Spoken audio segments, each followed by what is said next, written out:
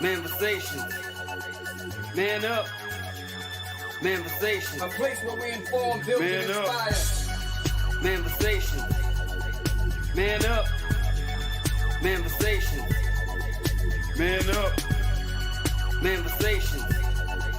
Man up. A place where we inform. Manifestation. A place where we inform, build, and inspire. You gotta eat what you kill. You gotta go out there, you gotta hunt for your meals. We all have that ability to connect with people, to be that motivational person in somebody's life. You gotta let people know there's certain lines you don't cross and that there's gonna be consequences if you do. Man up. If you are an adult and you are in a relationship, that person's emotions are not your responsibility. Man up. Manifestation. Man up. Manifestation. Man up. Manifestation. A place where we inform, build, and inspire. The devil, during slavery, destroyed the masculinity or manhood of the so-called Negro. No man. No man. Right now you got to be trained all over again to be a man. When someone is obligated to do something, it is binding upon them to do it. And failure to do it causes reaction. Man up. Position make you rich. I don't have that type of richness. My richness is life forever. If black people knew their glorious past, if black people knew their glorious past, if black people knew their glorious past, then they would be more inclined to respect themselves. I'm not saying I'm going to rule the world or I'm going to change the world, but I guarantee that I will spark the brain that will change the world. And that's our job, is to spark somebody else watching us. A place where we inform, build, and inspire. Manifestation. Man up. Manifestation. Man up. Manifestation. Man up. A place where we inform. Manifestation. A place where we inform, build, and inspire. You want to tell me about yourself? Go get your friends. I'll tell you who you are based on who your friends are. Don't just live and die. That's an ugly existence. Make your life matter, make your life count. Live a life where people can actually mourn you for the things you left behind, not just because you were around and existed. We need strong black nuclear family. Yes, yes. That's what it is. Mother, father, son, daughter, all in the same house with a focus on the family unit as a whole. We had Tulsa, Atlanta, New Jersey, Detroit. We had Rosewood. We had Black Wall Streets all over. The Republicans aren't for us, but the Democrats aren't for us either. And we should have no alliance to any political party. We only have alliance to what is in our own best interest. A place where we inform, build, and inspire. Manifestation. Man up.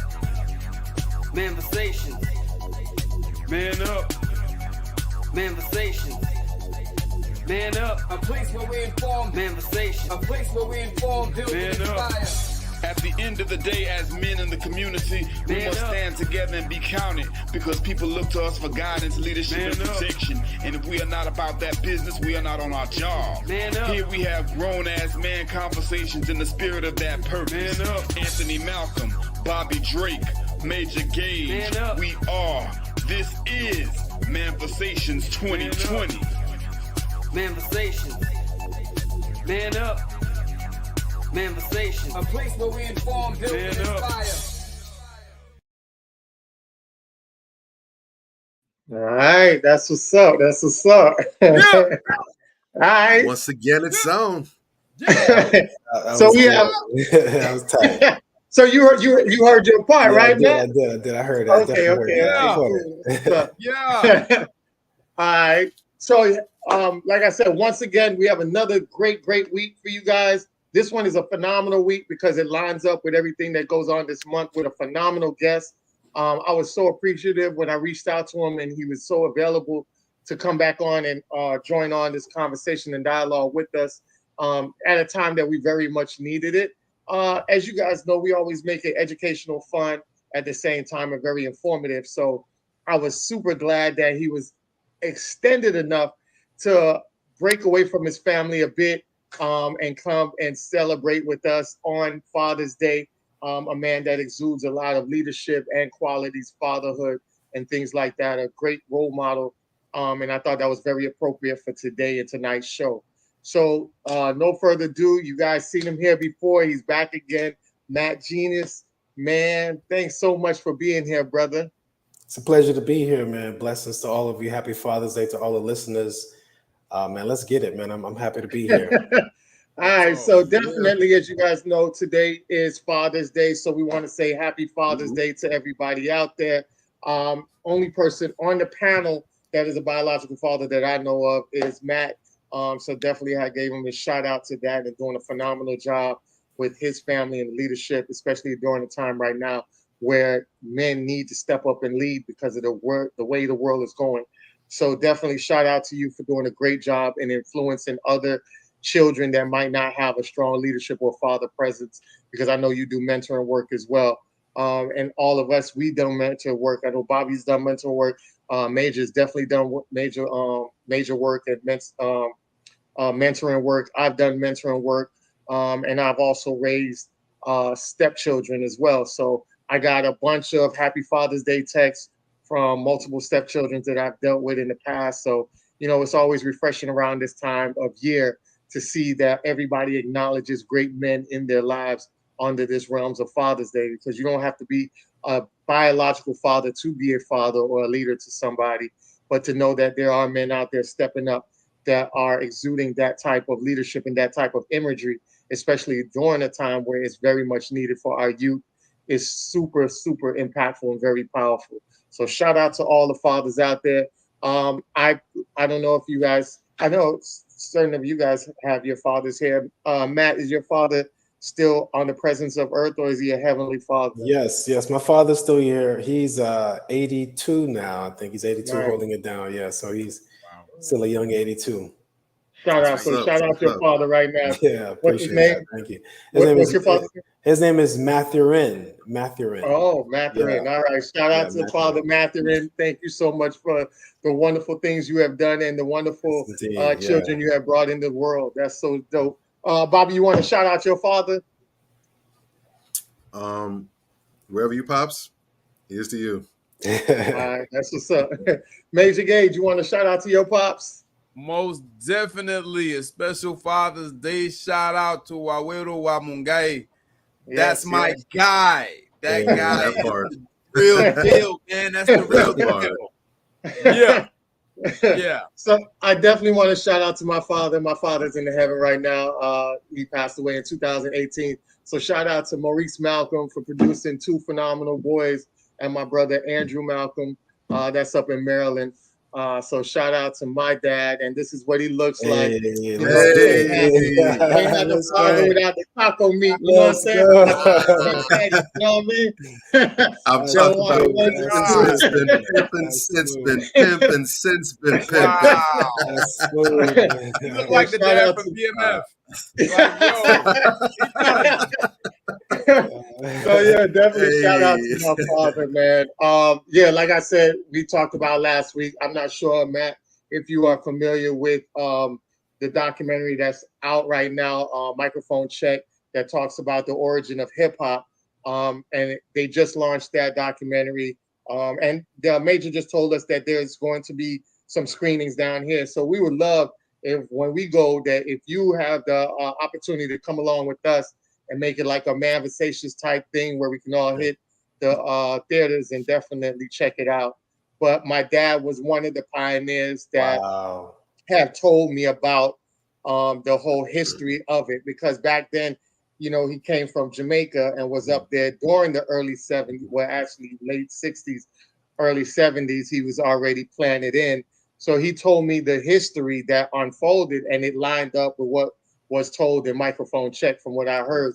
So I definitely want to go see the impactful visuals of what my father explained to me. So That's super dope. That's why you see him with the DJing equipment, because he also collected so much records that a lot of people probably haven't even heard of. Some very rare records that me and my brother had placed in the museum up in Maryland. So definitely want to check that out. And that's part of his legacy for me because of what he told me. So definitely shout out to all the fathers out there, everybody that has a father out there that's done great things for them, implemented certain things about their lives that have impacted them in a great way.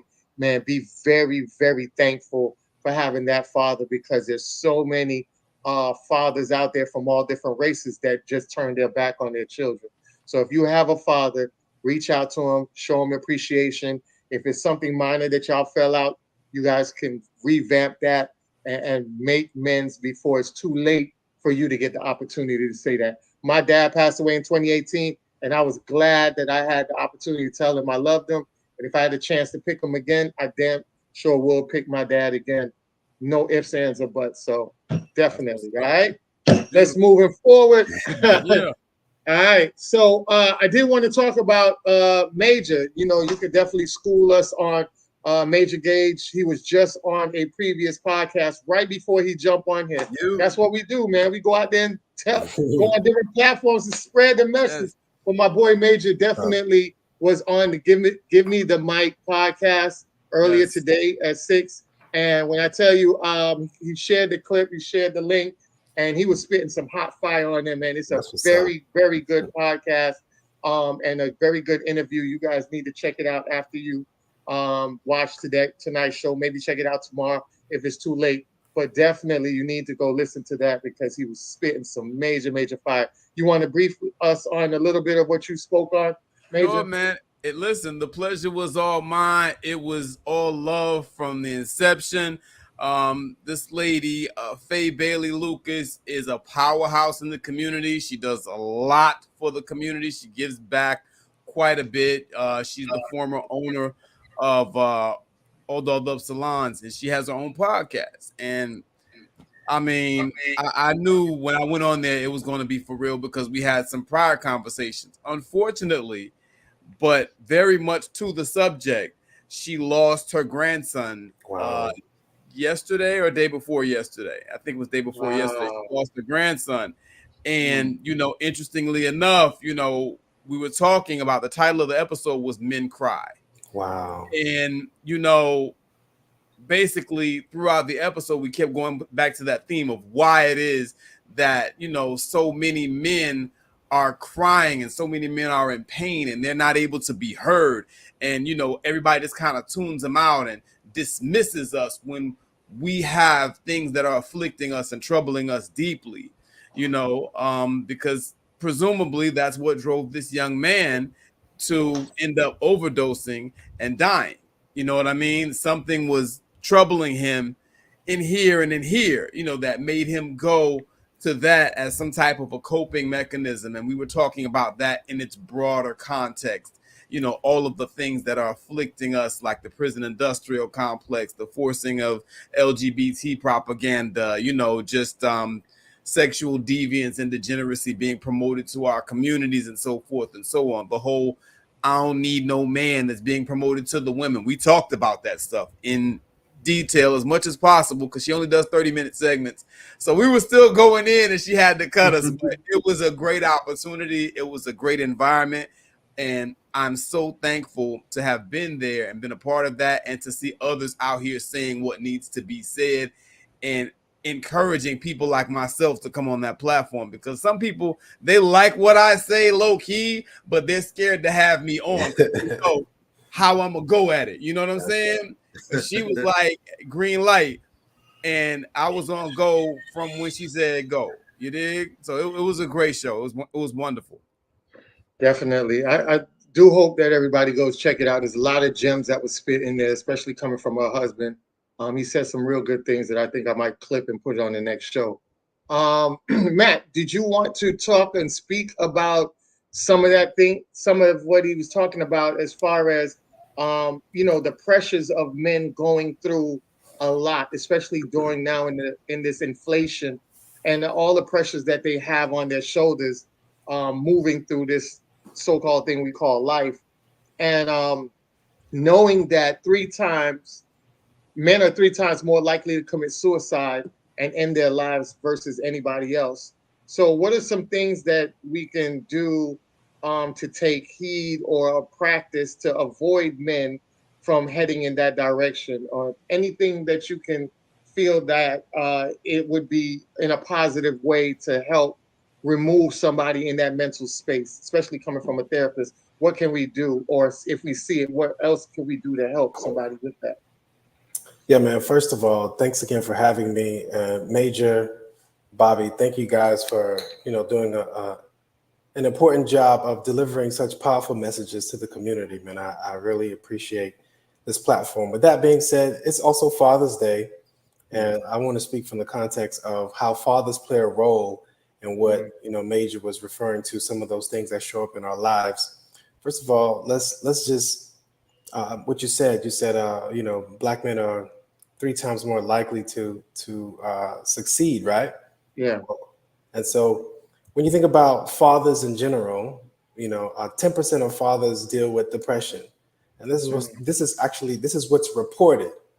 10% of fathers deal with depression before the child is born and after the child is born, right? And then add to that number of people who complete suicide being Black. You have those who live under the poverty threshold. So if you're Black and live under the poverty threshold, you're more likely to then have psychological distress. And then adding to that, having to be a father. So there's a lot when it comes to the role of a father that impacts the mental and emotional state, that how we show up in the lives of our young kids then impacts the next generation. That keeps going on and on and on and on and on.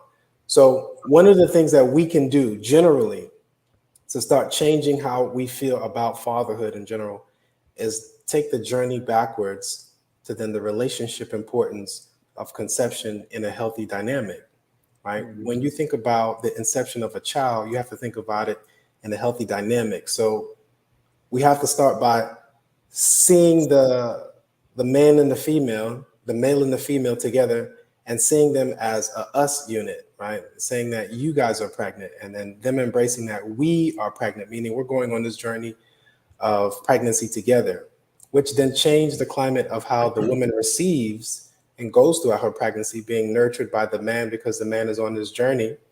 And then what it does for the man is that it changes the way his heart shows up, because now his heart and mind and soul is now responsible for himself, the woman, and then the child to be, which then gives him a different exercise of mental, physical, and emotional to keep him more balanced as he shows up in this world. When you know you're responsible for yourself mentally and emotionally, when you know you have somewhat of a responsibility for then the environment the woman is in and the child is being brought up in, you show up differently with more value of how you take care of your own mental and emotional state. And so to avoid a lot of the things we see that are showing up in the man right now that causes them not want to be here, not want to be a part of this world, we have to think back at the system that they came from, or the system they're in right now that's making them feel like they don't want to be here. There's a lot of value in fatherhood. Sometimes we see fathers and then we shame them for being fathers either too early, too late, or whenever. We make it seem like it's not a something of esteem. It's the same thing with family. As the family is maturing, as the family grows, we then look at that family as this unhealthy space, right? And so sometimes we have to change what the program says about the value of what a father is, the value of what a mother is, the value of what the family is, so that when we show up in these systems, we can then bring that value based on the individual to then change the setting that will allow the kids to grow up in a healthy environment, so that we won't have to keep repeating these cycles of people not wanting to be here because they don't feel loved, they don't feel heard, they don't feel valued, they don't feel appreciated, they don't feel seen. We're changing, but it starts with the whole system. So I know I said a lot, but I hope I touched on some of it. You spot on. Oh, no. You was spitting like we was just listening. Right. Okay, I hope I touched on some of it. Let that man cook. Yeah, cook. Get out the picture. Okay, cool. Yeah. Definitely. So yeah, with that being said, there is like one of my things and my tips of mentoring, and I'm pretty sure that Major and Bobby also does as well, is that we try to instill value, which comes with self-worth and self-pride. A lot of times, I had this conversation earlier. A lot of times we see a lot of these children that go out here, and a lot of the nonsense that they go on with is because a lot of them are very much in the mind space like, I don't have nothing to live for. I'm not putting any effort or anything into this world of value. I haven't built up this to say, I have built up enough for me that if something go wrong, all of that collapses, and when they don't have that mindset, they're easy to go out there. They're easy to go out there and just do that. But when they have the mindset of they are powerful or they are of self-value, they built up something of substance and they want to see it continuing, that's when their mental comes and kicks in and says, hey, instead of taking it left, you got to think twice, man. You're going to lose everything you built up. And then they sit back and they realize, okay, you know what? I got to take a step back and understand the bigger picture. A lot of our youth don't have a bigger picture. There's still tunnel vision on the ignorance. So I appreciate what you said, because it really sits back and holds value, especially to somebody like me who promotes more of self-worth and self-improvement and things like that. I'm starting to see, I don't know, in the dating realm, we know we have all these podcasts and everything that's up now, but I'm starting to see a lot of men are now not taking anybody just because they are of the opposite sex, or just basically somebody in general. That when we was back in the days, we never told our sons to find a quality woman. We just told them, hey, if you find a woman, you got to make sure you do everything to make sure she's happy. And that's the definition of a man. And now we're seeing that men now are also putting their boundaries and their things on the line to show that, hey, look, I'm a man, I'm going to provide for you, but I need some kind of respect and some kind of dignity. And also I need that type of, when you come to respect and stuff like that, but I need more value. I need to see more value of what I'm giving you, or appreciation to what I'm giving you, versus before just saying, I'm doing everything for you, as if a mindset of a slave. I'm slaving for you, and it doesn't matter what you do for me. I got to make sure that my whole life I slave for you. And I've seen a lot of people are flipping on that and taking back some of that power and saying, yes, I'll do for you, but you got to show me some kind of value. You got to show me some kind of reciprocation and things like that. Are you seeing that, or is that just something that you haven't seen in the dating? No, this is a great point that you're stating. What you're talking about is the divide between the understanding of a healthy relationship and some people, how they bring forth unrealistic expectations in the relationship for the man or for the woman, right? Mm-hmm. And I think what happens is that we fail to understand what an ecosystem is, right? When you have an ecosystem where one thing is just completely dominant as it provides, if that one thing happens to just, not exist, then what happens to the ecosystem? It fails. Mm-hmm. And so when you're talking about balance and reciprocity, you're not just saying that from a standpoint of relationship. You're talking about the balance an ecosystem needs to survive, right? Mm-hmm. If one thing is just the only source, then that ecosystem has some issues. It has to have multiple things that bring value that then create balance. And so when you're thinking about the male and the female, you have to think about a balanced ecosystem. You could talk about gender roles and all those other things as it comes with it, but we're capable, right? We're capable of a lot of those things that each gender does. Men are definitely capable of nurturing.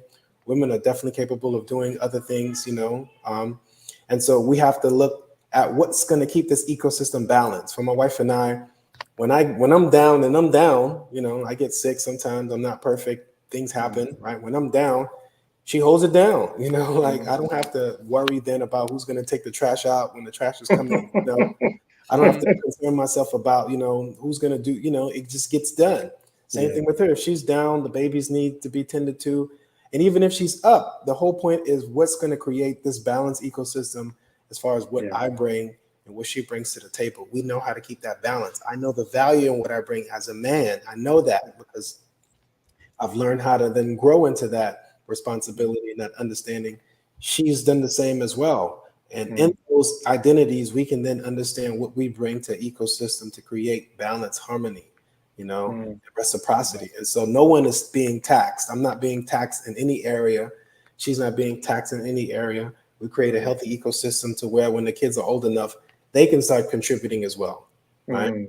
Nice. From a very early on, they're receiving from the ecosystem until at a specific point in time they can start contributing to the ecosystem in different ways, And so the conversation, I think, sometimes get lost because we get frustrated with all of the different narratives that are out there. But I think what I truly desire and what a lot of us really desire is peace, harmony, joy, right? And that comes from a balanced ecosystem.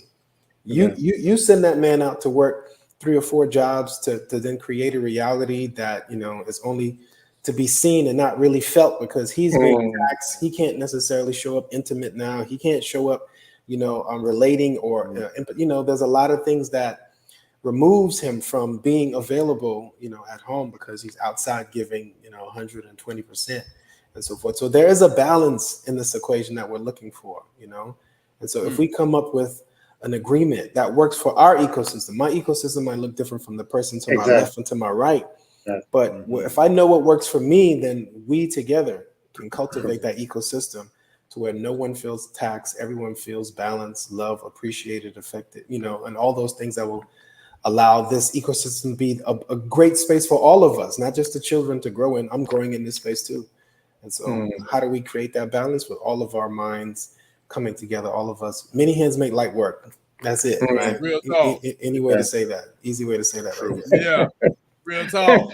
I'm glad you said that because it was part of the segment, the podcast that Major was on. The gentleman spoke on that, and he spoke on how his wife, not his wife, but he spoke on how his mother and his father was a line cook, if I'm not mistaken. That's what he said, right? A line cook. I believe so, yes. Yes, and then he said that his father ended up encouraging his mother to go out there and go get the degree. Wow. And then while she went and got this, massive degree, everybody was like, hey, you got this degree now. You need to line up with like a lawyer or somebody. And she's like, no, I lined up with my husband because he was there from the get-go. And it just shows you that people will look down on other people and don't really see value based on a paper that people are now, even to this day, are praising as if it's gold. Wow. And the paper don't bring character. What his father brought was, it exuded so much different characteristics from his father that he said the offsprings, which is him and his other siblings, that end up being titans. They end up being like doing great stuff in the community, doing everything, because of that balance that they had and the knowledge from the mother and the hard work from the father. So you got 2 different aspects that were poured into the children, and their offspring became so dominant. So he was saying, like, a lot of times, people come out here and they look down on people and they feel like, oh, your value will be higher with somebody else. And then the reality is that's what worked for them. That ecosystem worked out for his father and mother and everybody under that roof. So just into your point of what you were making. So I just wanted to bring that up because I think that is a very, very strong point that a lot of people need to take in consideration when they deal with that. Major, you wanted to add on that because you were part of that conversation? I mean, I'll just say this, I was so glad to see because, the gentleman and the lady who brought me on, they're elders, you know what I mean? And you have myself and, we're in 2 different age groups and we're all on the same accord. I'm more secular, they're more religious, they're of this age group, I'm of that age group, but we're all speaking with one voice. We were all on code. And I really appreciated the on codeness of that conversation and the passion behind, the need that they also felt to actually do something about these problems, to identify them and move on them. Because, a lot of times people who are removed from the problem, so to speak. I mean, some of these people are pretty well off also, right? So a lot of these problems don't directly impact them until they do.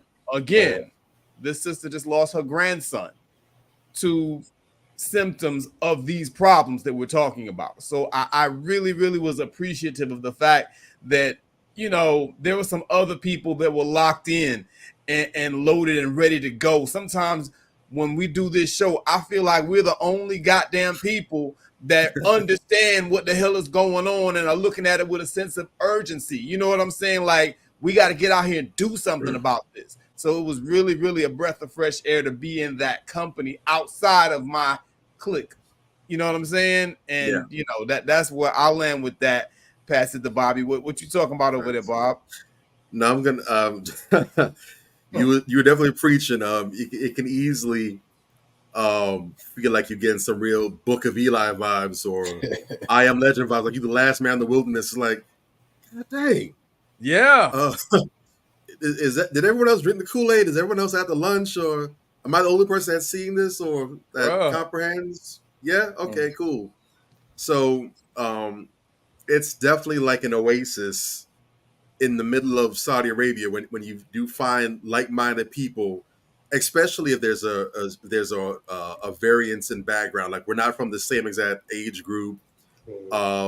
May have different spiritual beliefs, or someone might have spiritual beliefs or not have them, or whatever of the different variances that we have as people. When you find people who are different in that regard, but they still can read the tea leaves, they still can see things as is, you feel like, okay, I thought I just had some deficiency. Maybe I hit my head one day and that's why I'm getting this. It's good to know that you're not alone. It's very reassuring. And it also helps light a fire under your behind, like, okay, so there's more of us out there. Got to keep on banging the drums. Got to keep on seeing if we can get new people to recognize what time it is. And even if we can't, we still got to push on because the work has to get done. Yeah, Real definitely. Talk. Real talk. Real talk. Mm-hmm.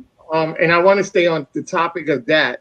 So I definitely want to get into our Trendly Weekly topics. And, you know, since we have our great Matt Jeanius here, I want to get from two different angles on this. I want to get from the angle of you being a wonderful husband and father in a relationship for a very long time, the boundaries of what you have going on, and also the fact that you know, just having boundaries. I want to get the fact that you have the boundaries in your relationship, and the input of what would you give on this situation right here. All right. So our trending topic this week has been about Chris Brown. Right. A fan reveals that her boyfriend broke up with her when he saw a meet and greet picture with Chris Brown. And some of the meet and greet pictures I have here. You have another one here. You have this one here. And I want to get into this one. So this guy ends up writing in about, he says, Jared J. Sims. I'm not sure if this is his girl or not. They said he's a comedian or something like that. I don't know what the story is, but we'll take it for face value. It says, this was my soon-to-be fiance. This photo has gone viral. This was her birthday present. In my head, I was convinced that a meet and greet means shaking hands and getting a signed autograph, black and white picture or CD. I'm heartbroken, devastated, embarrassed, and bamboozled once I seen the photo and seen how viral it's gotten with the insensitive support comments. I ended the engagement immediately, going to the gym and start my life with Jesus until a new path is developed with the Lord's guidance. Forget everybody who supported her. So, you know, just the fact of something like this or something like that, if your wife said that she wanted to go meet Chris Brown and you saw pictures like that viral, would that bother you? Because I'm hearing a lot of women project the insecure label on the guys that are saying they're giving up their wives, they're walking away from their women because of that type of boundary of disrespect. How would you just some advice about stuff like that from your angle. Well, I'm at a different space, man. So I've been married 16 years. So this is hilarious to me. It depends on where the relationship is to where the emotions can really come up. Very early on, you're really formulating a unity, a bond, an intimacy that takes some time and takes some work, takes some, understanding of each other to really then create the safest boundary that makes sense for your relationship, And so for those who can manage that, it could be at any point in the relationship where they can manage seeing their girl take a picture with a celebrity. And that's what it is. It's a celebrity. It's not like this is a new relationship that they're developing. It's a celebrity. It's a desire. It's a fantasy that has now been fulfilled to take a picture with somebody that is celebrated or you celebrate.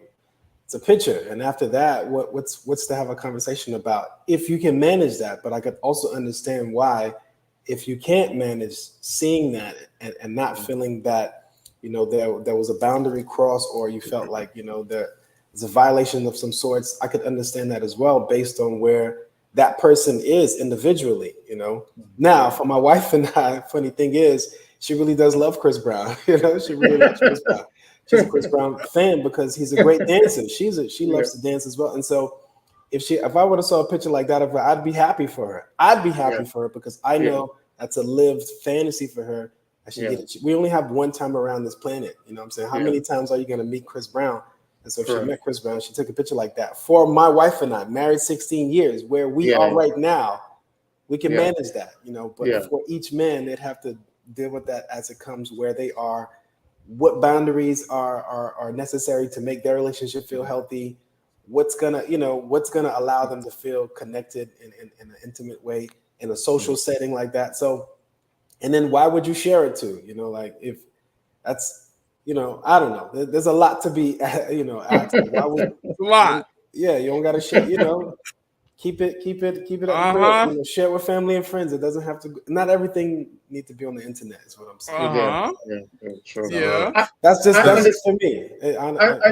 I agree. I understand your dynamic because it's 16 years. Your wife is more valuable than just throwing the baby without the bath water over a picture like that. You already know, like, hey, we solidified, man. We do all type of stuff that, that's probably the most minute thing I probably ever would get offended about. There are real conversations people don't want to have. They don't want to have like real conversations about when people are adults. You will have other attractions, which is natural. The attraction doesn't mean that you have to act on it. If you're honest about it, then you can have a conversation about what boundaries will keep that attraction healthy for you. And in any relationship, you could be dating, you could be married. It doesn't mean that the attractions now will disappear because you're married. You can still have attractions. You just have to be honest and open about having conversations about what to do, how to manage, and then how to then, create safe spaces to decide what makes sense for your relationship is what I'm saying, True. Facts. Bobby, y'all want to jump in? Bobby, Major? You already know. You already know. You wouldn't give your wife. Hold on, you've been with your wife for a year now, right? Y'all happily together for a year. You wouldn't give your wife grace on that? We could be together for 30 years. It's the absolute opposite of what this man just said. There you go. But check it out. The reason I can go along with what he's saying is because you see how he worded that? Yeah. He was speaking to his experience and his situation. You're a much different fellow than myself, brother. And that's cool. You dig? That shit would never fly over here. But, and my wife wouldn't even think about that shit, in fact. You know what I'm saying? It just wouldn't happen. You know what I'm saying? But that, again, you're not coming into the discussion shitting all over anybody else's preference. You understand? And I appreciate that. I had this discussion. You call it a discussion, or you could just I call it a schooling. But I had this person come on my thread, and she tried to get fly and whatever, and you know that's why I don't be dealing with the insecure men's, and y'all men's is y'all ain't shit. You know, y'all be thinking like, bruh, that ain't it. That ain't it. You know what I'm saying? If this works for you and you don't mind, and in your relationship is not an issue, okay, cool, say that. But when you come into the space, you know, just kind of crapping on everybody else like they got a problem because of this, because what I was explaining to this young lady, what I was schooling her on, right, is there's a difference between, because she kept saying, oh, this is insecurity and you're unevolved if you feel this way. No, there are people who have things called preferences and standards. And sometimes your preference is not that type of, and I don't think that it's that she took a picture with a celebrity that was the problem for most people. It's the way she took the picture with the celebrity, right? Because look, we take pictures with people all the time. My wife just won an award where she works. She took a picture with the people in management. It was a very, professional looking picture. There was a male in the picture. It was nothing that anyone would say anything about, right? But when you grabbing her from behind and, look at this picture, you dig? And you got her in the come get it pose. That's a little different. It's Chris Brown though, like whatever.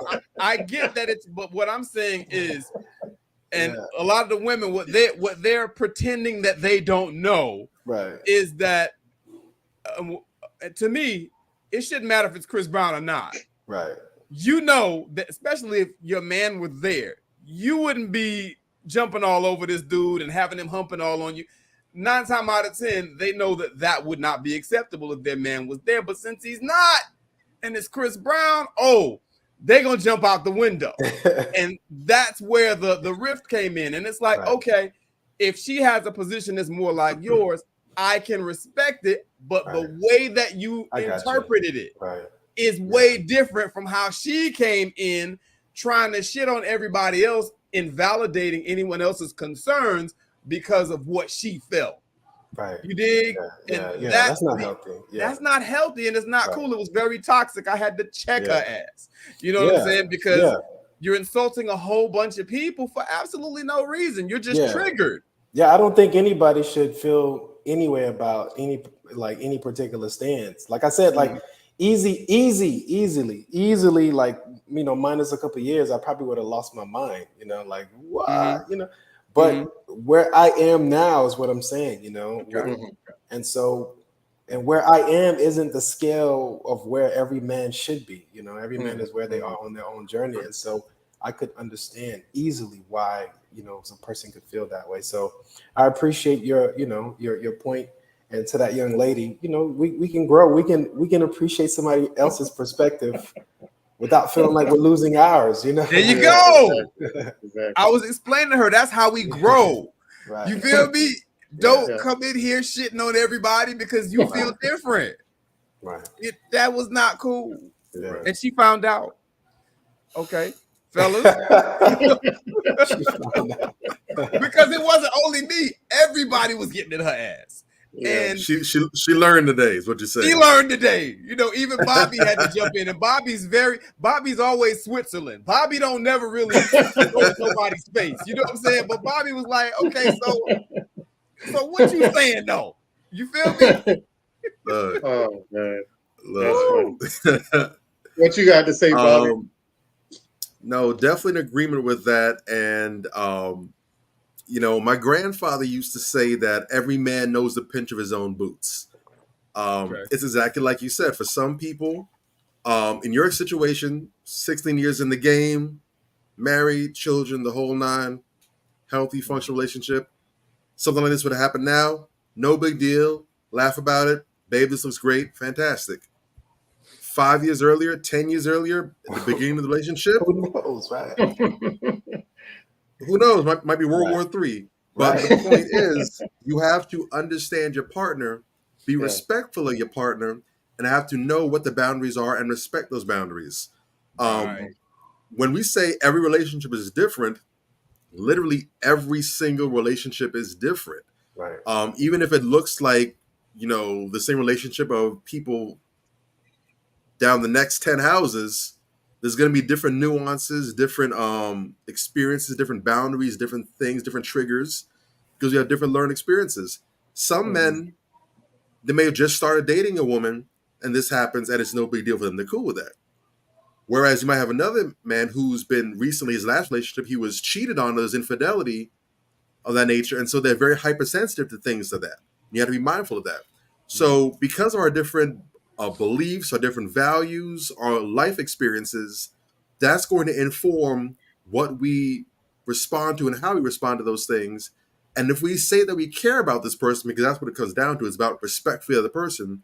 If we value this person, cherish this person, we don't want to hurt them, we want to show respect and appreciation for them, we're going to find out within reason, where is the line in the sand for you, and how can I best not trip over that? Right. How can I not offend that? And that should be a two-way street. That should be one person that they're bending over for this other person, and the other person is, they got carte blanche to just go crazy and be a bull in a china shop. So, I mean, because we have some people who, you know, they don't want their significant other looking at anyone else. On the other side of the spectrum, you have some people, they literally swap partners with other people. So there's a wide range of places we can be at, but it's about knowing what time it is and where you're supposed to be at what time. So for anyone to necessarily jump down the throat of other people for that, or in this case specifically jumping down his throat because the way he responded, how he dealt with that, absolutely out the box. And in my experience, most people tend to be hypocrites with that, because I've seen women, I'm only getting on women because this was a man who responded and he responded the way he did. I've seen women who, if a man misses and stares at another woman that walks by, dude's going to be hearing about that all night. He might get the silent treatment. He's in the doghouse. And you're not going to have a whole avalanche of people to say she's insecure. He just looked at, no, it's not going to happen. So this narrative, because there are always narratives in society, this narrative that women are supposed to be regarded, always their feelings matter. We have to make sure they're respected and honored and venerated. While men, on the other hand, you take whatever's given to you and you get what you get, you don't get upset. That can't jive. Right. We shouldn't be dismissing other people's feelings like that regardless. I'm not saying that we need to flip-flop and we need to only regard men and dismiss women. No. The same way how we respect women's sensibilities and their preferences and their boundaries, men are not less deserving of that same treatment. We have feelings as well. Yeah. And in the event you discover that, hey, you know what? I think you're too sensitive for me, or I think that's over the top, I think that's controlling, or what have you. That means you've reached a point where you need to start asking some hard questions. And especially in their case, okay, so we're only engaged, we're not married, we not legally together, we don't have any children, we're at a point where we can walk away, no hurt, no harm, no foul. Can we progress beyond this, or have we reached an impasse? And if we reach an impasse, shake hands, thanks for the time, thanks for the memories. I'm going to find a person that lines up with me and my sensibilities better. There you go. That's how that's supposed to happen. But like we usually talk about, when you have a fear of loss, when you enter everything into zero-sum game, you have to win at all costs. That's when you have these breakdown, knockdown, drag-out fights where you're literally fighting someone to see it your way, because in your mind, it's better that you win the fight and force them to do it and see it your way, as opposed to let them go and find the person that's better for them and find the person that's better for you. Well said. Man. Talking about let them cook. What? You preaching, man. You preaching. Look, hey, yeah. That's the genius rubbing off, man. It's the genius. That was brilliant. That was brilliant, man. I told you, trademark that, brother. It's still out, the trademark and the genius effect. Yeah. That was brilliant, man. Yeah, definitely. I definitely want to get into speaking on that subject. I wanted to bring up this video real quick. Let me see if I can find it here. I think this is it. Let me see. Not sure if this is it. Hold on. Let me see. Yes. Once the job has more than $1 million, y'all have never worked, y'all never did nothing. Y'all literally have 5 minutes of max in here. Then y'all gotta get out, okay? 5 minutes? You know how much 5 minutes is? Okay. Yeah. They've never worked. You gotta think. They've never worked a job, but they can party with us.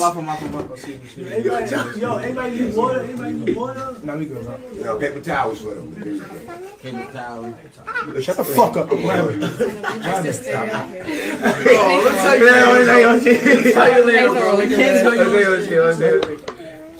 Chat, word of my mother, I'm trying to literally ignore this shit. But I'm getting texts, the energy shifted, and niggas just got up and left. Like, all that shit really made me, like, all those side of that shit really made me feel away. Because when people come, this is your crib. It's about hospitality. That means everything. Stop telling me to ignore it, because when I was trying to ignore it, y'all dick riders was spamming. Everybody in here has worked a job, has more than $1 million. Y'all have never worked, y'all never did nothing. All right, so for everybody, is that supposed to cut off like that? Because I couldn't really see what was going on. Was that yeah, the angle of that one wasn't so great. I think it was there was an angle that was better that you could actually see. I couldn't find that angle, but basically what it was is that there's a better angle where you see this is a streamer. He's a famous streamer, and his sister was groping up on the actor. The actor you saw was Tariq from Power. His so name is Michael Rainey Jr. Yeah, Michael Rainey Jr. He was visiting his friend, the streamer, and his sister, the streamer's sister, came out and just started groping on him, like trying to grab his genitals, and he was pushing her off, but he was laughing at the same time. And all the other guys ain't picked up on it. And then when one guy picked up on it, he went to whisper in his ears, and he's like, "Oh," and then he told him what was going on. And then the streamer didn't know anything what was going on. He was like, "Yo, what's going on?" And they were like, nah, we'll tell you later. We'll tell you later, because they didn't want to air the business out on air like that because they were live streaming. Wow. So as you saw at the end, the streamer found out what happened and wanted to apologize and said, when you have somebody visiting your house, it's all about hospitality. And he didn't want him to feel that type of way. And it kind of looked bad on him because people might feel like he was the one who got his sister to do all that. And he wanted to let it be known. Like, I had no idea what was going on or anything like that. So I brought that up because I know, Matt, you had a lot of private conversations with a lot of people because you've been doing this therapy work for a long time. And I know that you've probably heard stories from men that probably won't leave the walls of where your office is. But I think one of the biggest things is that we don't hear a lot or see a lot of backlash for women that conduct themselves in that way. One thing I always talk about, people always get mad about R. Kelly, but they never talk about the older lady that molested him and turned him into that sexual predator that he became. So how important is it for women to also conduct themselves in a manner and not destroy a lot of the innocence of these young boys that will eventually or maybe turn them into a predatory or sexualized monster down the Ave? So what are some things that you can give us to, like, just to give us the heads up, or what you think that should be done and things like that, especially in that case? What do you think are some positive things that you can give to us to try to help everybody out that's listening right now? Yeah, man. That was a really tough video to watch, man. I think what we're looking for as men is reciprocity. We're looking for safe spaces for us to be able to then first have a conversation about what's uncomfortable for us. And sometimes if you think about when or where we can actually say, look, man, that wasn't cool. I don't like that. That didn't feel good. There's not a lot of spaces where, you wouldn't be judged or ridiculed and so forth. And so we are limited to then talk about some of those unhealthy experiences. And so we're looking for reciprocity because on the other end, there was a literal movement, for women that allowed them to be able to express some of those things that happened to them. And so reciprocity is basically what you're asking for, But I think even to go back to talk about R. Kelly, which is a hilarious topic for me because I think about what comes from trauma.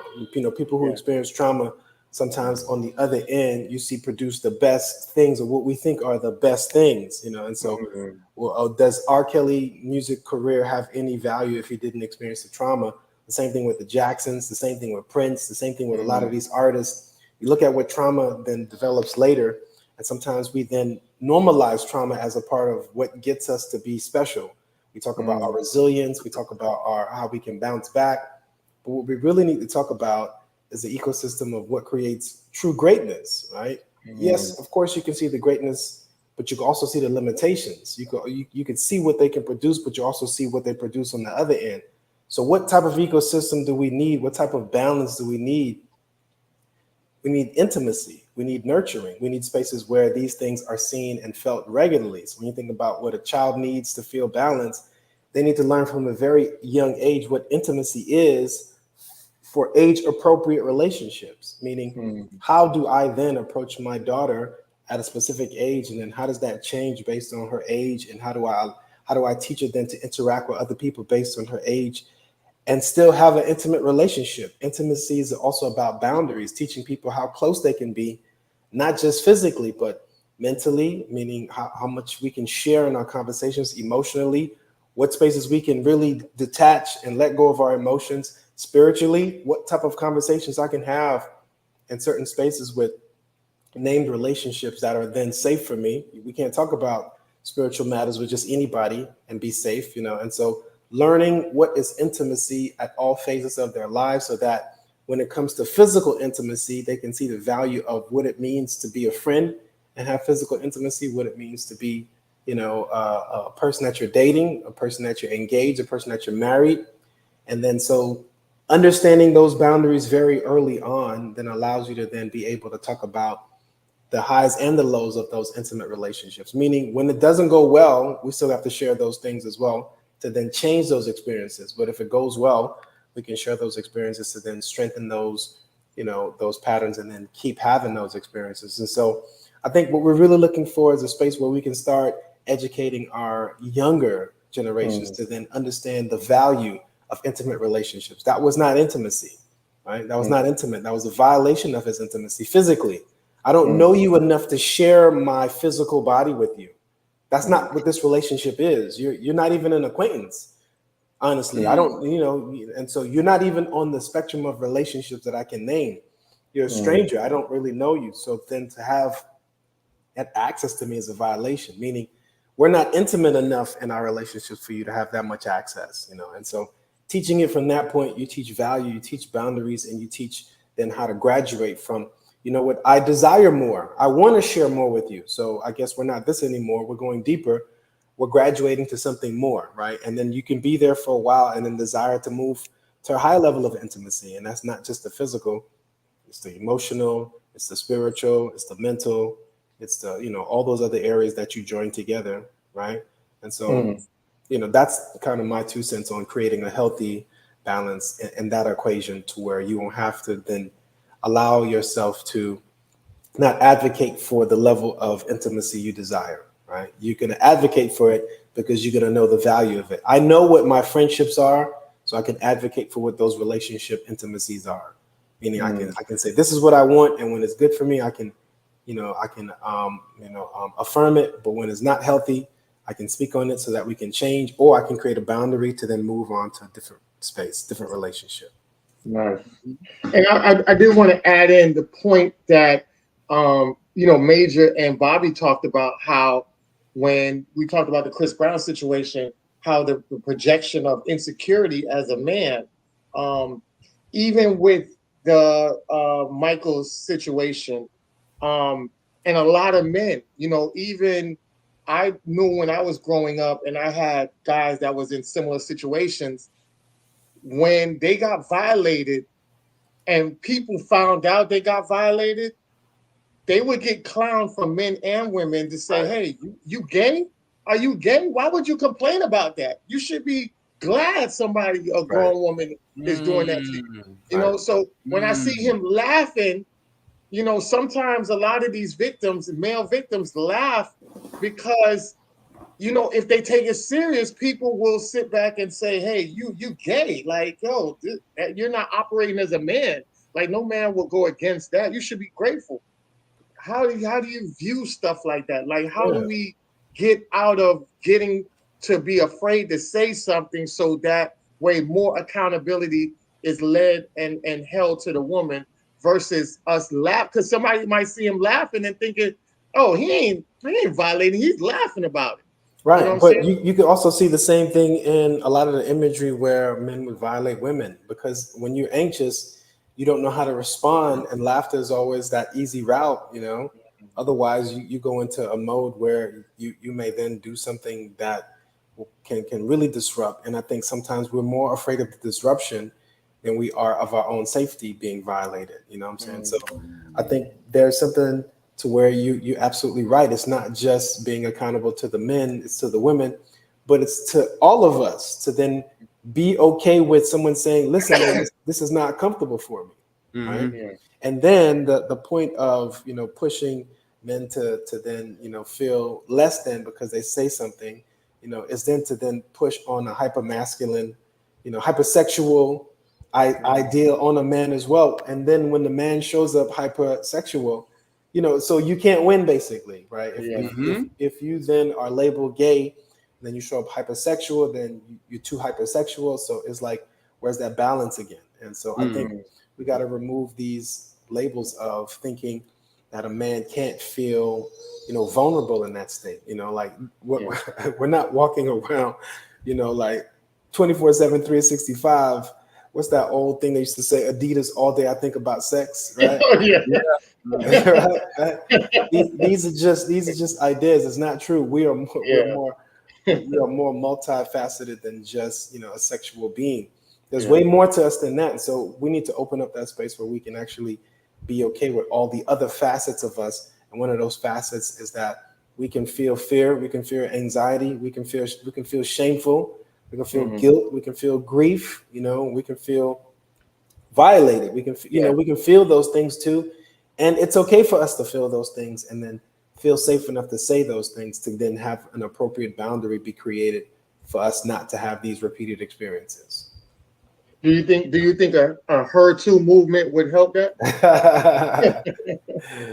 Yeah, that'd be a lot, man. But I you know, I like I said, I don't think it's just the women, you know, because these are experiences that men, young boys have from men and women, you know. And I think it's the fact that men or young boys don't have the opportunity as much to then report it because of the judgment that comes with it, whether it's a man or a woman. If it's a man, it's definitely not being reported because now now you'd be called gay, and so you're not going to say anything about it. But if it's from a woman and you didn't like it, then you're still called gay, you know. So it's like you can't win. And so what we have to do is think about creating a safe space where we can talk about any experience, valued or not valued. The ecosystem is friendly enough or safe enough to where we can talk about all of it without feeling then ashamed or belittled or afraid to then be validated in what your experiences are. Definitely. I totally 100% agree with that. Bobby, Drake, y'all want to add on that? Like Brother Matt said, it was hard to watch. Yeah. You know, it's really hard for me to watch someone in a situation whereas their personal space is being violated. You know what I mean? Especially in a sexualized manner. Right. You know, and I can't help but to wonder, looking at that video, what if the genders were reversed? Right? What if that were, instead of Michael Rainey Jr., who plays Tariq, what if that were Paige Hurd, who plays, I forget her character's name, but the actress that Paige Hurd that's also on the show. What if that were her and someone's little brother came groping on her on a live stream for the world to see, right? What would the outcome have been? Wow. I can guarantee you somebody will be calling for action. Something needs to be done because you can't be violating women's spaces like that. You know, it's our bodies, and our bodies are precious, and da da da da da da da da. As true as that may be, are our bodies not precious? Why is it okay for you to violate us? right? I mean, because nobody, even the people who were saying something or whatever, nobody was appalled. Everybody seemed to still be relatively calm, right? And I think that's where the problem lies. You know, there is no outrage when these type of things happen to us. And that goes back to the show I was on earlier today. Men cry. Why? Most of the time it's because we feel like we can't say anything when we are violated. That goes right back to directly to the premise of that show. You know, there's the initial act of when we are violated, and then there's the additional pressure of not being able to say anything about when you're violated. And then the third layer of if you do say something, something probably won't be done. Right? That's where we are. That's what we have to deal with every day. You know what I mean? And it also brought back something else because you mentioned the gay thing. And I think that's particularly egregious, you know, because firstly, supposedly we're a society that values and respects the LGBT community. But every time as a straight man, you draw a boundary and say, no, I'm not going to accept that. And it doesn't go against, and it goes against the animalistic culture of what they think a male is. Oh, you're gay. And they say it as a slur. It is absolutely intended as a slur, as something to demean you, as something to humanize you. But then you turn right around and talk about how, oh, someone is homophobic if XYZ blase squaze. I don't know if there's anything more homophobic than that coming from this person who is, you know, making this assertion. You understand what I'm saying? So there's also that. And that takes me back to a place, a guy that we know, this guy, Adrian. I only talk about this publicly because he put it in his book, you know, where he's talking about, you know, his ex-wife used to, you know, speak ill of an experience that he had, you know, whereas he had been violated by someone when he was underage, and when his ex-wife got mad at him, she threw that in his face. You know what I mean? To down him or whatever the case may be. And you know, to me, when you let this type of thing go and you write it off as that, that's where it ends up, because this person is exuding toxicity and it's going unchecked. And there's levels to it. There's the levels. Tariq Nasheed used to talk about the 7 levels of disrespect. You understand what I'm saying? And as you grow in your disrespect for men generally, because that's misandry on display, up close, is what it really is to me. Because she has no regard for how this guy may feel or what his boundaries might be. You understand what I'm saying? So when you continue to allow that to go, you know, it ends up being in a more dangerous place like that eventually, you know, and it can lead all the way up to the point where the woman just doesn't regard men. She'll set you up to get killed so she can take your insurance money, you know, or whatever the case may be, of the insurance that y'all have together, whatever. I mean, there was literally a breakdown, you know, that same 7 levels of disrespect. That was the 7th level, you know. So if you keep allowing, you know, women specifically in this case, because we're talking about, you know, a female on male assault here, but if you continue allowing that, that's the place that it can go, man. Like, you have to nip these things in the bud. It's important to draw boundaries and, you know, tell people no. My guess, my hunch is they've had interactions before and he probably didn't check her. Wow. That's my guess. Right. You know, because I don't think anyone just comes up to you and just does something like that out of the clear blue. Not blaming him for it, but when you don't check certain behaviors in their inception, it's liable. It's going to come back and bite you in the ass later on. Yeah. My 2 cents. Definitely. Bobby, you got something? No.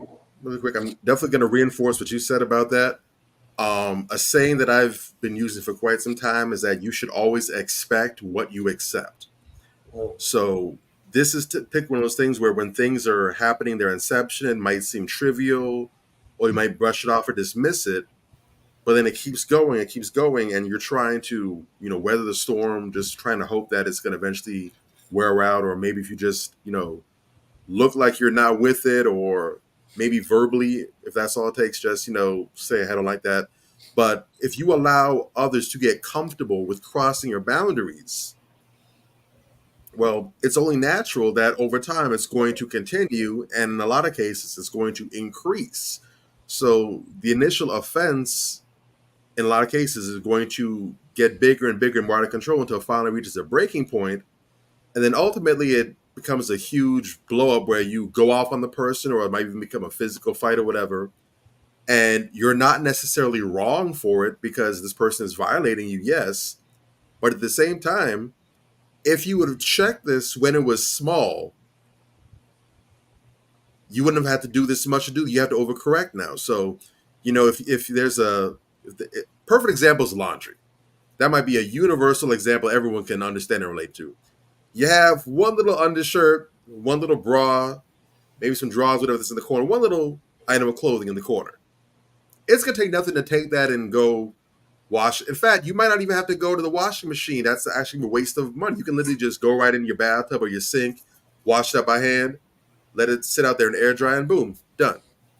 About a 10, 15-minute job total. No time, no sweat off you. You can go on about your day. You can watch it. It won't even take the length of a whole TV show to get that done. In the drying, you don't have to be there for. Bam.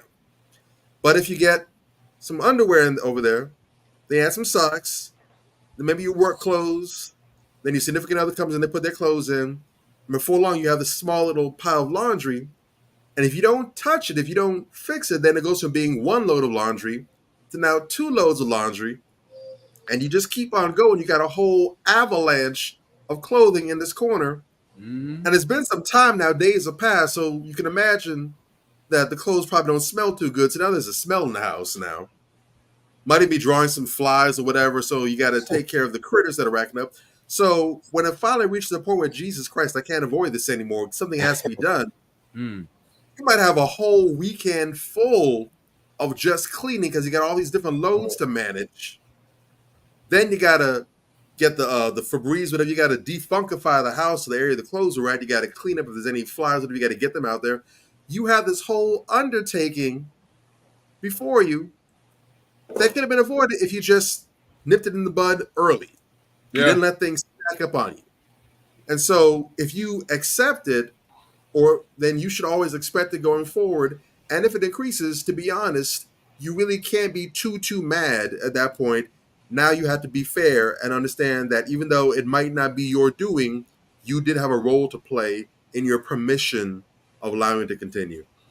When I saw that video, I was angry. I was pissed off.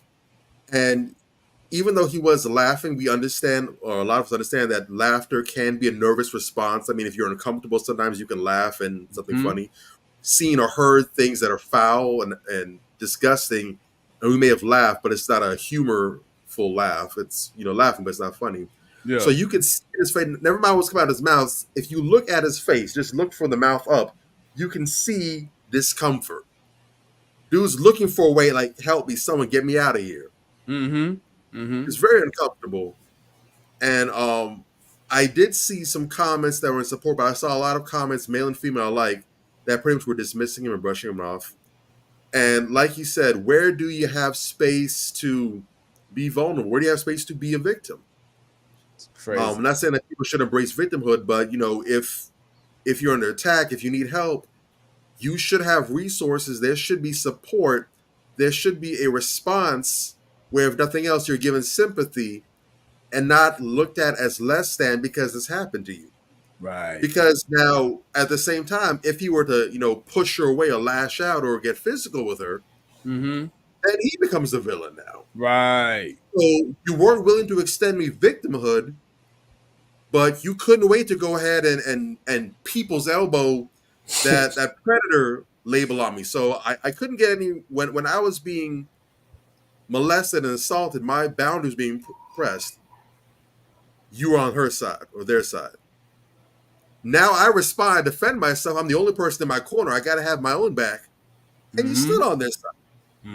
So no matter what, I can't win. And there's something else that doesn't get talked about, and I'm going to end on this note, but that doesn't occur when you have this this dilemma, because even if men don't have the language or the understanding to really break down those things, really understand their victimhood, there's certain things that we pick up and comprehend at a subconscious level. There's a lot of cues that we pick up in the environment that no one tells us, no one passes us an instruction manual, but we just pick up subconsciously through observation. And I believe that one of the things that we pick up, and you be the person who'd have more formal training understanding on this than I am. So if I'm all the way off the left field, Matt, please correct me. If I'm on the money, let me know. If it's a gray area or you're not sure, please chime in as well too. But I also believe that when men collectively are denied their victimhood, the way that we see so frequently, when we observe these double standards and these hypocrisies, I believe that also impairs our ability to be sympathetic and to really be empathetic to others, or in this case, women who go through these circumstances. I think a lot of men, when they've been violated and no one's come to their aid, they needed help whether they knew it or not, and they never received that. They had to get out the mud the best way they can. They had to either just suppress it or find ways to rise above themselves. When they see other people, even if they're women who are being victimized, I believe that distorts and impairs their ability to be sympathetic, because whether it's conscious or subconscious, they have a mindset of, well, no one helped me and I'm fine. You just got to suck it up too. Is that on the mark? Is that on the level? Is that a little wayward? Or yeah, I mean, you're just talking about transgenerational issues, which could mean that it could be on a family level. Like, let's say my mother experienced sexual trauma, and then the next generation experienced sexual trauma. You become more desensitized to then seeing sexual trauma and being more accepting of it in different ways. And so what you're saying is that because it's been happening over a period of time, for the man, that then they become desensitized when they see it, and not necessarily want to, wave a flag or then assist in the way that they, not necessarily assist, but really like empathize, like you said, if these things are happening. So that does make sense. It makes sense. You're not off on that. You're not off on that as well. But what I would say, for the sake of both, for the man and the woman who has had sexual trauma, is that you have to understand your value to first not even look at what somebody else is dealing with. You got to see your value and know that you're valuable enough to heal from that. Like, you have to now do that work to get better, so that when you are out, you do have empathy, because it starts with the love I have for myself. If I can then love myself and see that I still have value after what has occurred in my life, then I can extend that value and love to then other people wherever they are. So it's like, if I don't lose my sense of value, then I can give that value when it's necessary. But if I didn't think because that happened to me, I lose my sense of value, I see myself as less than in any way, then it'll make it easier for me to see other people as less valuable if those things happen to them, So you're worth it is what I'm saying. You're worth it to then heal yourself, go through that process, whether it's therapy, whether it's the spiritual work, do whatever you have to do to get your mind, your heart healthy, because it will help you in the long run, showing up as a healthier version of you. And then for the woman, same thing. If they go through whatever they're going through, whether it's sexual trauma in their youth or in their adolescent, young adult life, they have to go through that healing because they have value as well. And this value isn't attached to us collectively just yet. Individually, we have to see our value before we can collectively see it, And I'm not talking about romantically. I'm not talking about in a family. I'm talking about as a collective, as a Black collective. We have to see our individual value first, and then see that brother's value if he's hurting, to then empathize with him because I was once there, or I may, can empathize because I don't want to be there. Whatever the case is, we have to see that value individually to then be able to see another person and reach out to them and still have empathy and love towards that other person. Fair. Yes, sir. Fair. Yes. Speaking of value, I did want to show this real quick and get your thoughts from a psychological standpoint. just to get your thoughts on this, right? So this guy says, enjoying my walk, and this older white lady walking by jokingly says, I wouldn't want to run into you in a dark alley. You look intimidating. I laughed, and with her joking around, then pulled my pants up, looked directly in her eyes, and said, I will rob your ass right here in the broad daylight. I saw her soul leave her body. Then I started smiling and said, just kidding. Have a good rest of your walk, and don't let me catch you down the dark alley. So, you know, psychologically, what does that effect have on a man when, you know, especially dealing with people, especially from a different race, that will say something ignorant and racial like that? How does that weigh heavily on a man? Even though you say you joking, you know, we just talked about how that first expression of joking is just is just that. It's a defense mechanism, right? And him saying that, like, how does this mentally, psychologically affect guys down the road? Like, what is some things that they could do? Yeah, what are some things they could do to help that?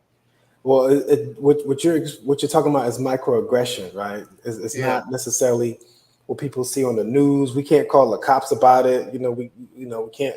Like, where do we go and put out these grievances? I think just because of the advent of the internet and social media, we can put some of these things out there, and people could then see, some of our experiences. But before then, what can we do about these situations where these things are happening? You could be at the mall, you could be at the grocery store, you could be wherever, and people will say some of the weirdest things to you and not know that they're violating you and making you now feel anxious because of their own anxiety, right? Mm-hmm. Two anxious people don't make a great combination. If I'm anxious, then I lose a lot of my mental faculty, make weird decisions, make poor decisions. And if they're anxious about seeing me, they're going to make poor decisions as well. So those two interactions aren't going to be well, right? What we have to do then is not let them own that situation. I think that brother owned that situation by standing on his 10, right? And he basically took ownership of that situation and let her know that, look, you're not going to take my power by putting a hypothetical situation onto me and then making me own that fear because of what you are now dealing with in your psychology. I know who I am, right? And who I am can rob you right now. I thought that was funny because, you really didn't own your power. I know what my power is, and I know what I can do. I know he was saying it jokingly, but the truth is, that's the reality of it. Yeah. And I think sometimes we have to then know our power and not let it be minimized, but not let it be taken away as well. Right. I know who I am. I know what I'm capable of. I can be angry. I can be black. That doesn't make me an angry black man. That just means I experience emotion. I can go out and jog and be out in nature. That doesn't make me any, stranger than anybody else. That's just me experiencing my life. One of those encounters that my wife and I usually experience is when we're out. People usually ask us if our kids are our kids, right? Are all of those your kids? Did you? Are you the father for? Wow! Right. Wow! These things. Why is that? Well, it's because an intact black family is not something that they're used to seeing. So when they see my wife and I, they want to know if all of us are, that we have all of them together. All these weirds, That's crazy. Wow. So for us, sometimes we have the space. Sometimes we have the space like that young man and then play with it. Like, nope, I don't even know these kids. I don't know these kids. These are not my kids. I think you need to call, children's services because they keep following us. We give them back that same energy of, when we have the mental, we use humor basically. Yeah.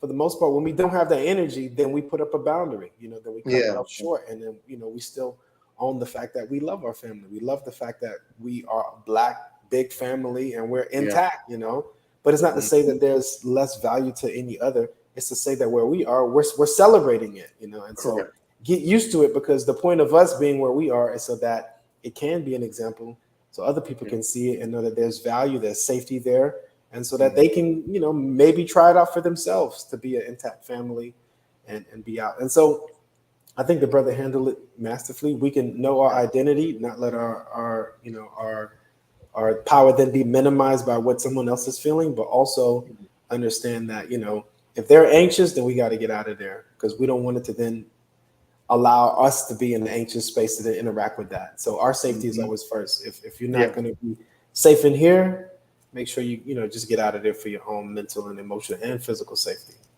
Good talk. Great advice. Great advice. How many sons do you have? Right now, I only have one. I got one boy, right? So my wife. You got one boy. One boy. So my wife and I had our first daughter, and then we had triplets, girls. 15 months later. Wow. So we went from 1 to 4, and then we were on pause. Yeah, you was. And then not that weird meaning.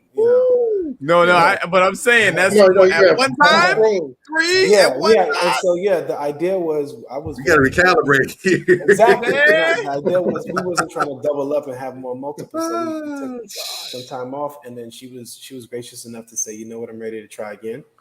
10 years later, we had a boy, and then we had a baby sister to keep him company because he's that much younger than the older ones, and so he'd be by himself. So now he has someone to keep him company, and then it's already out. We have one more. We do things in threes. I see. So we had the triplets, and now we had back to back to back. This is our third. My wife is expecting now, so we have another one on the way. So wow! So there will be. I appreciate Happy Father's Day. I appreciate that. But they'll be the 3 that grow up together versus the 4 that grew up together.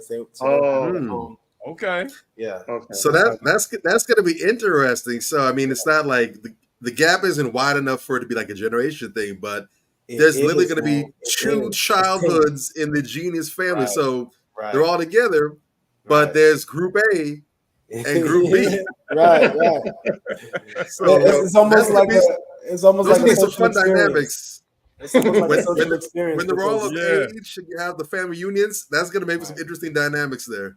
It is, man. I think it's a wonderful thing for my daughters specifically because they have a chance to be around the birthing process, like really intimately. The last 2 pregnancies my wife and I had, we had at the house. It was just nice. And, meaning that if we was just upstairs in a room, of course we had all the equipment we needed. Yeah. But it's just her and I. We delivered that baby. Minutes later, our kids can come in and interact with their younger sibling. And so. And that way, I think what we do for our kids is give them a sense of empowerment for the woman and to see the man in such an intimate space to be with the woman. We give them a chance to then have that space where they can recreate that. It's a different space. We had our first 2 pregnancies in a hospital. It wasn't very successful based on the anxious, space we're in a medical setting. A lot of liability. So they come in with a lot of anxious energy, which then triggers the woman, which then increases the blood pressure, and then preeclampsia comes in. A lot of things, and so we decided to go a different route.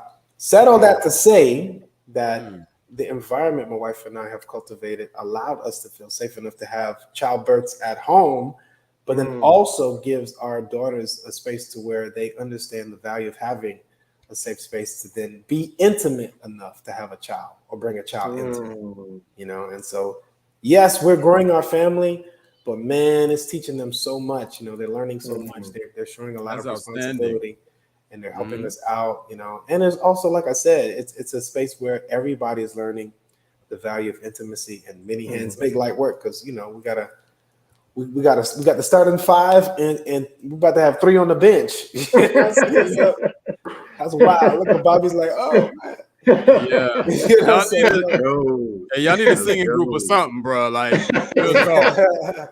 It's not out the picture, man. It's not. Listen, we got like in the house, we probably have like 5 guitars. No joke. Oh, nice. Wow. In the house together, but so it's like we're not. Hey, if it happens, it happens. But because we forced them, it's because of exactly. We got a bass, we got an electric, we got some acoustics. They don't call it Jeanius for a reason. He know what he doing. Why not, man? Why not? They got talent, man. They do. They have talent. But it's for Definitely. them to decide. It's always for them to decide, man. They love using their talent. They do sing, they do dance, but it's all on their timeline, man. One thing I don't want to do is be a person that kind of forces reality onto them. So whenever they're ready, man, whenever they're ready, we will support them. I'm a person that loves music. You know, I'm an artist myself, and so whenever they're ready, I know what it would, you know, what steps to take them on, you know, take them on that path of whatever greatness they want to get into. So I love that. And the reason why I asked if you had any son, because you know, there's a difference. There's two elements of the gay community, right? And I would say that there are people that are in that element of their sexuality, right? On the LGBTQIA sexuality. There are people that are on that element. And then there's other people that are programmed in that direction as well. And especially when they're doing, I know a lot of people are watching closely to Disney Plus and all these other streaming sites that are programming or pushing out programming material to the younger generation to program them in the direction they want to program into. Because at the end of the day, there is still the number one agenda across the globe is population control. And they figured that the more people align with the same sex, the less they reproduce. That is a thing. So I was wondering, because you have a son, and this guy is an artist, he's a celebrity, but he never came out as LGBTQIA, but he's been heavily promoting some stuff that is questionable, right? So we have Uzi Vert, and he's been doing a lot of questionable stuff. Here you see him up in dresses and, you know, very ununique wear of a straight man. If he was in the LGBTQIA community, then it would be understandable. I think didn't he come out? I thought he came out. Oh, he did come out? I thought he came out. I thought he came out like at Coachella or something like that, is what I heard. Supposedly, because he was got a girlfriend. He was dating JT. Yeah, he dated a little ugly girl. I'm not. What? I have no idea. I don't think anyone can keep track of this stuff anymore. That's what I'm saying. Like, I don't know, you know. But to each his own. Man, I'm try. like, if that's where you are, brother, like, you know, what you do, like, I don't know, man. I just think that we're in a weird time to where we allow a lot of our fears to then be authentic. If that's what you are, man, just do that without having to then, you know, I think what you said was programming. Let me go back a second, right? So programming is being had, whether it is from the LGBT, whether it is to hyper-masculine, whether it is to put our image of what Black men are, to put an image out about what all of us are being programmed if we consume media, right? Media, education, and the religion aspect of Western religion or Eastern religion. All of it is a part of programming, right? Mentally, emotionally. But what you have, I think what you're talking about is a higher frequency of now LGBT, media that's out to then say that this is what is being pushed out there to, you know, to then create this idea of what is, I think, you know, and this is just me, man. This might not be a popular opinion. Did I freeze or am I still there? Can you guys still hear me?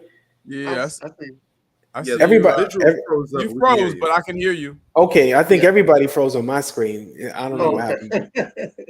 But if you can hear me, great. I'll keep talking.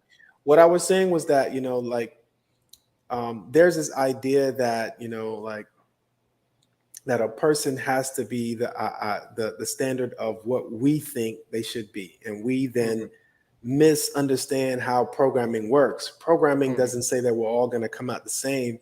It's saying that it's going to influence you to come out in a specific way that is desired by something or someone that is, you know, that's above you in some way, that has the access to, you know, spaces where they can put information out there to then get you to think, feel, and behave a specific way, right?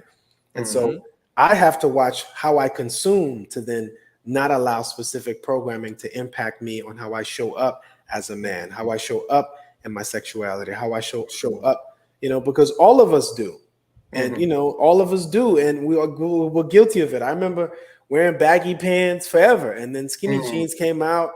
I resisted it for as long as I could. Nah. You know, I held out for as long as I could. I'm like, nah, son. You know, I ain't wearing those, you know, right? Hilarious. And then now skinny jeans, and now people are going back to the baggy jeans. You know what I'm saying? So if it's not one way of being programming that we think we're not being programmed, but we are, it's in another way. And I think sexuality is one of those things to where we have to own it. We have to be able to say, I know what I align with, and be okay with that space to where I'm not allowing then an external, you know, factor to then decide for me. You know, I think once you feel safe enough to be, you know, who you are, then I think the system around you need to then be safe enough to embrace you where you are. It's not to say that I agree, not to say that I disagree, but I think to have, you know, angst or to quarrel with a person based on these things, it's a waste of our energy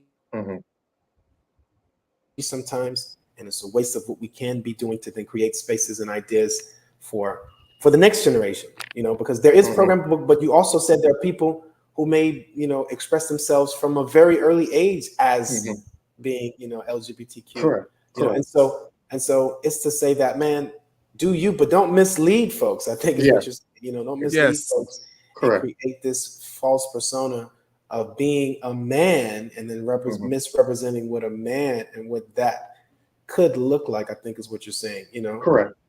And then even on those instances, man, I'm like, you are what you define as a man, but I know what a standard man is for me. And so if that's how you think a man is, you know, yes, it does infringe, but then I have to then dictate what gets into my ecosystem. My kids don't know who Lil Uzi Vert is, you know what I'm saying? He doesn't show up in my household at all. You know, I don't listen to him. He doesn't. Yeah.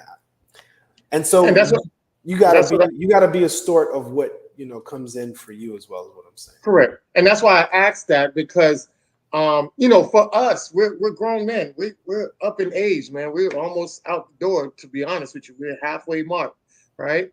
But like your son that's growing up, you know, you have people out there that feel like, hey, you know, I don't care how the outside world does it. Just preserve my innocence to my child to the point where when they can finally make a decision of what they want and understand it, then let them get the opportunity to do that on their own versus programming my child in that way, or open them up to a space where they get programmed like that.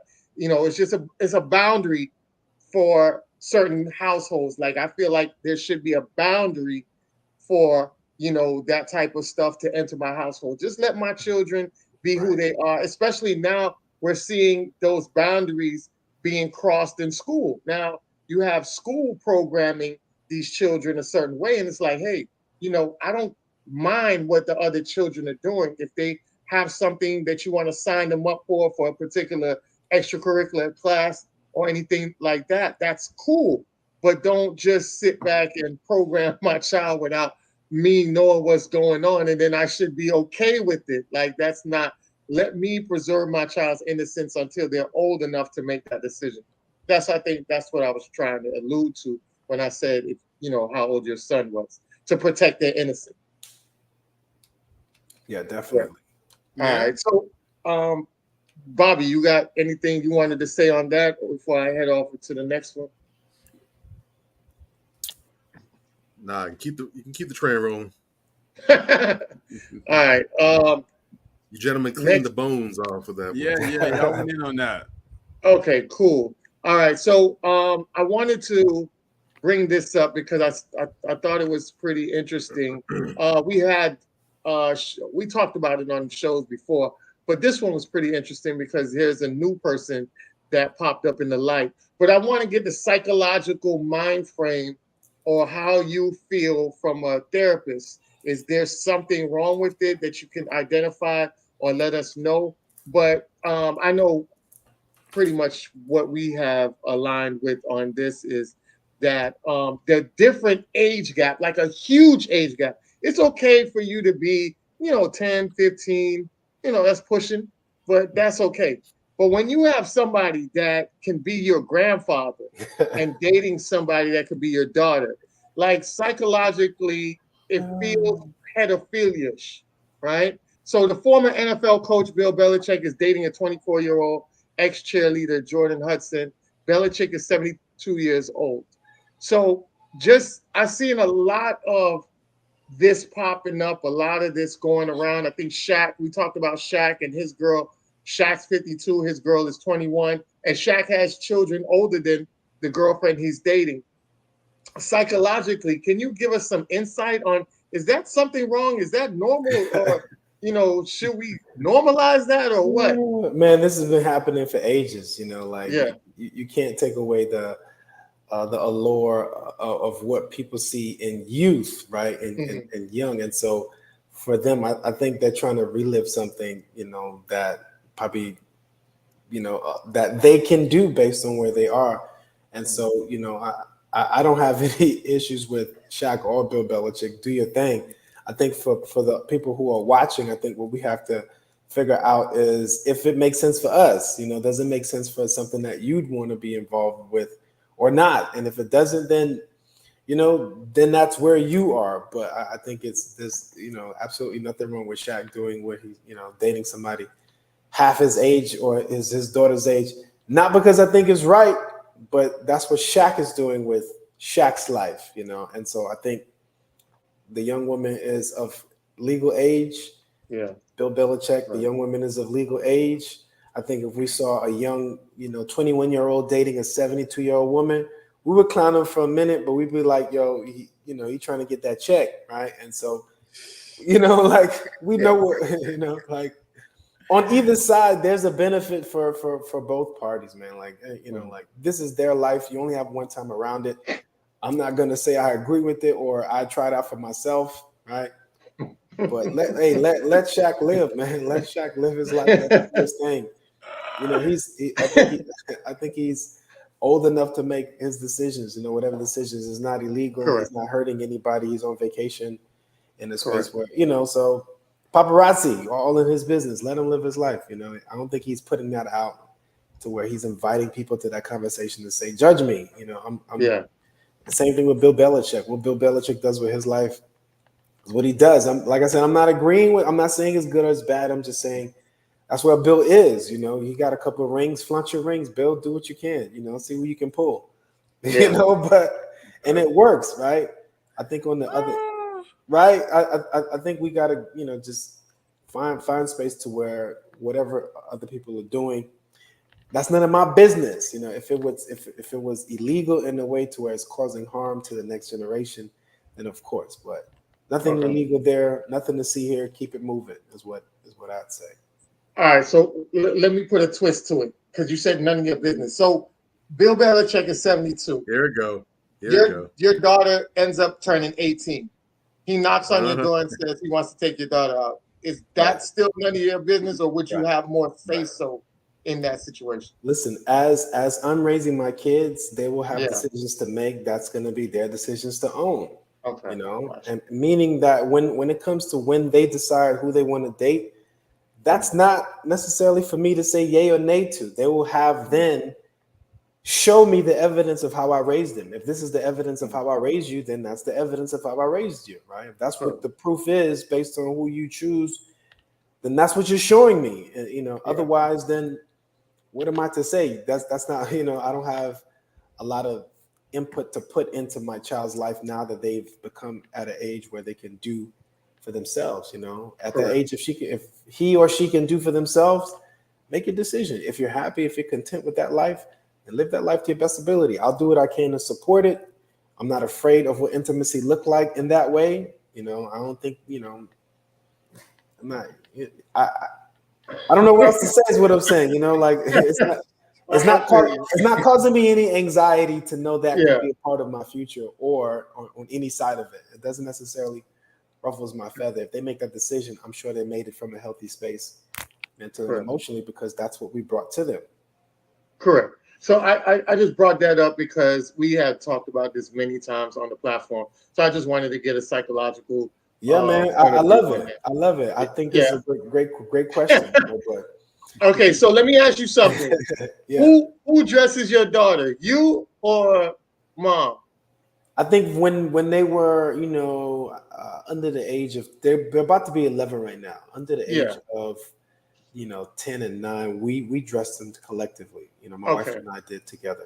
Now it's primarily my wife. Like she really has a say on how they, what they wear. She goes with them. I go with them sometime, but it's a headache for me because I don't know the sizes and I don't know where to go. And so, I'm not really good at, the young teenager, preteen type of dressing. So my wife manages most of that. Okay. But I think what you're asking is that, do I have a say in how they show up? Of course, right? They understand what, is a respectable thing to wear. And so they're very modest on their style of dress, not because of of any expectation of us, just because we allow them to be children. We're not trying to grow them faster than they are to then develop or show or to start then displaying as a young woman when they're still children. So they dress like kids. Okay, so I want to show you this video real quick. All right, because I that's why I asked you this question, because I want to show this video real quick. All right, here we go. I dress my daughter versus her dad.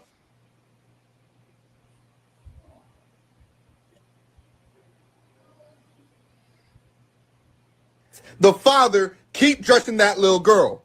Let the father keep. So the first part was the mother, and the father put her up in some pants, shirt.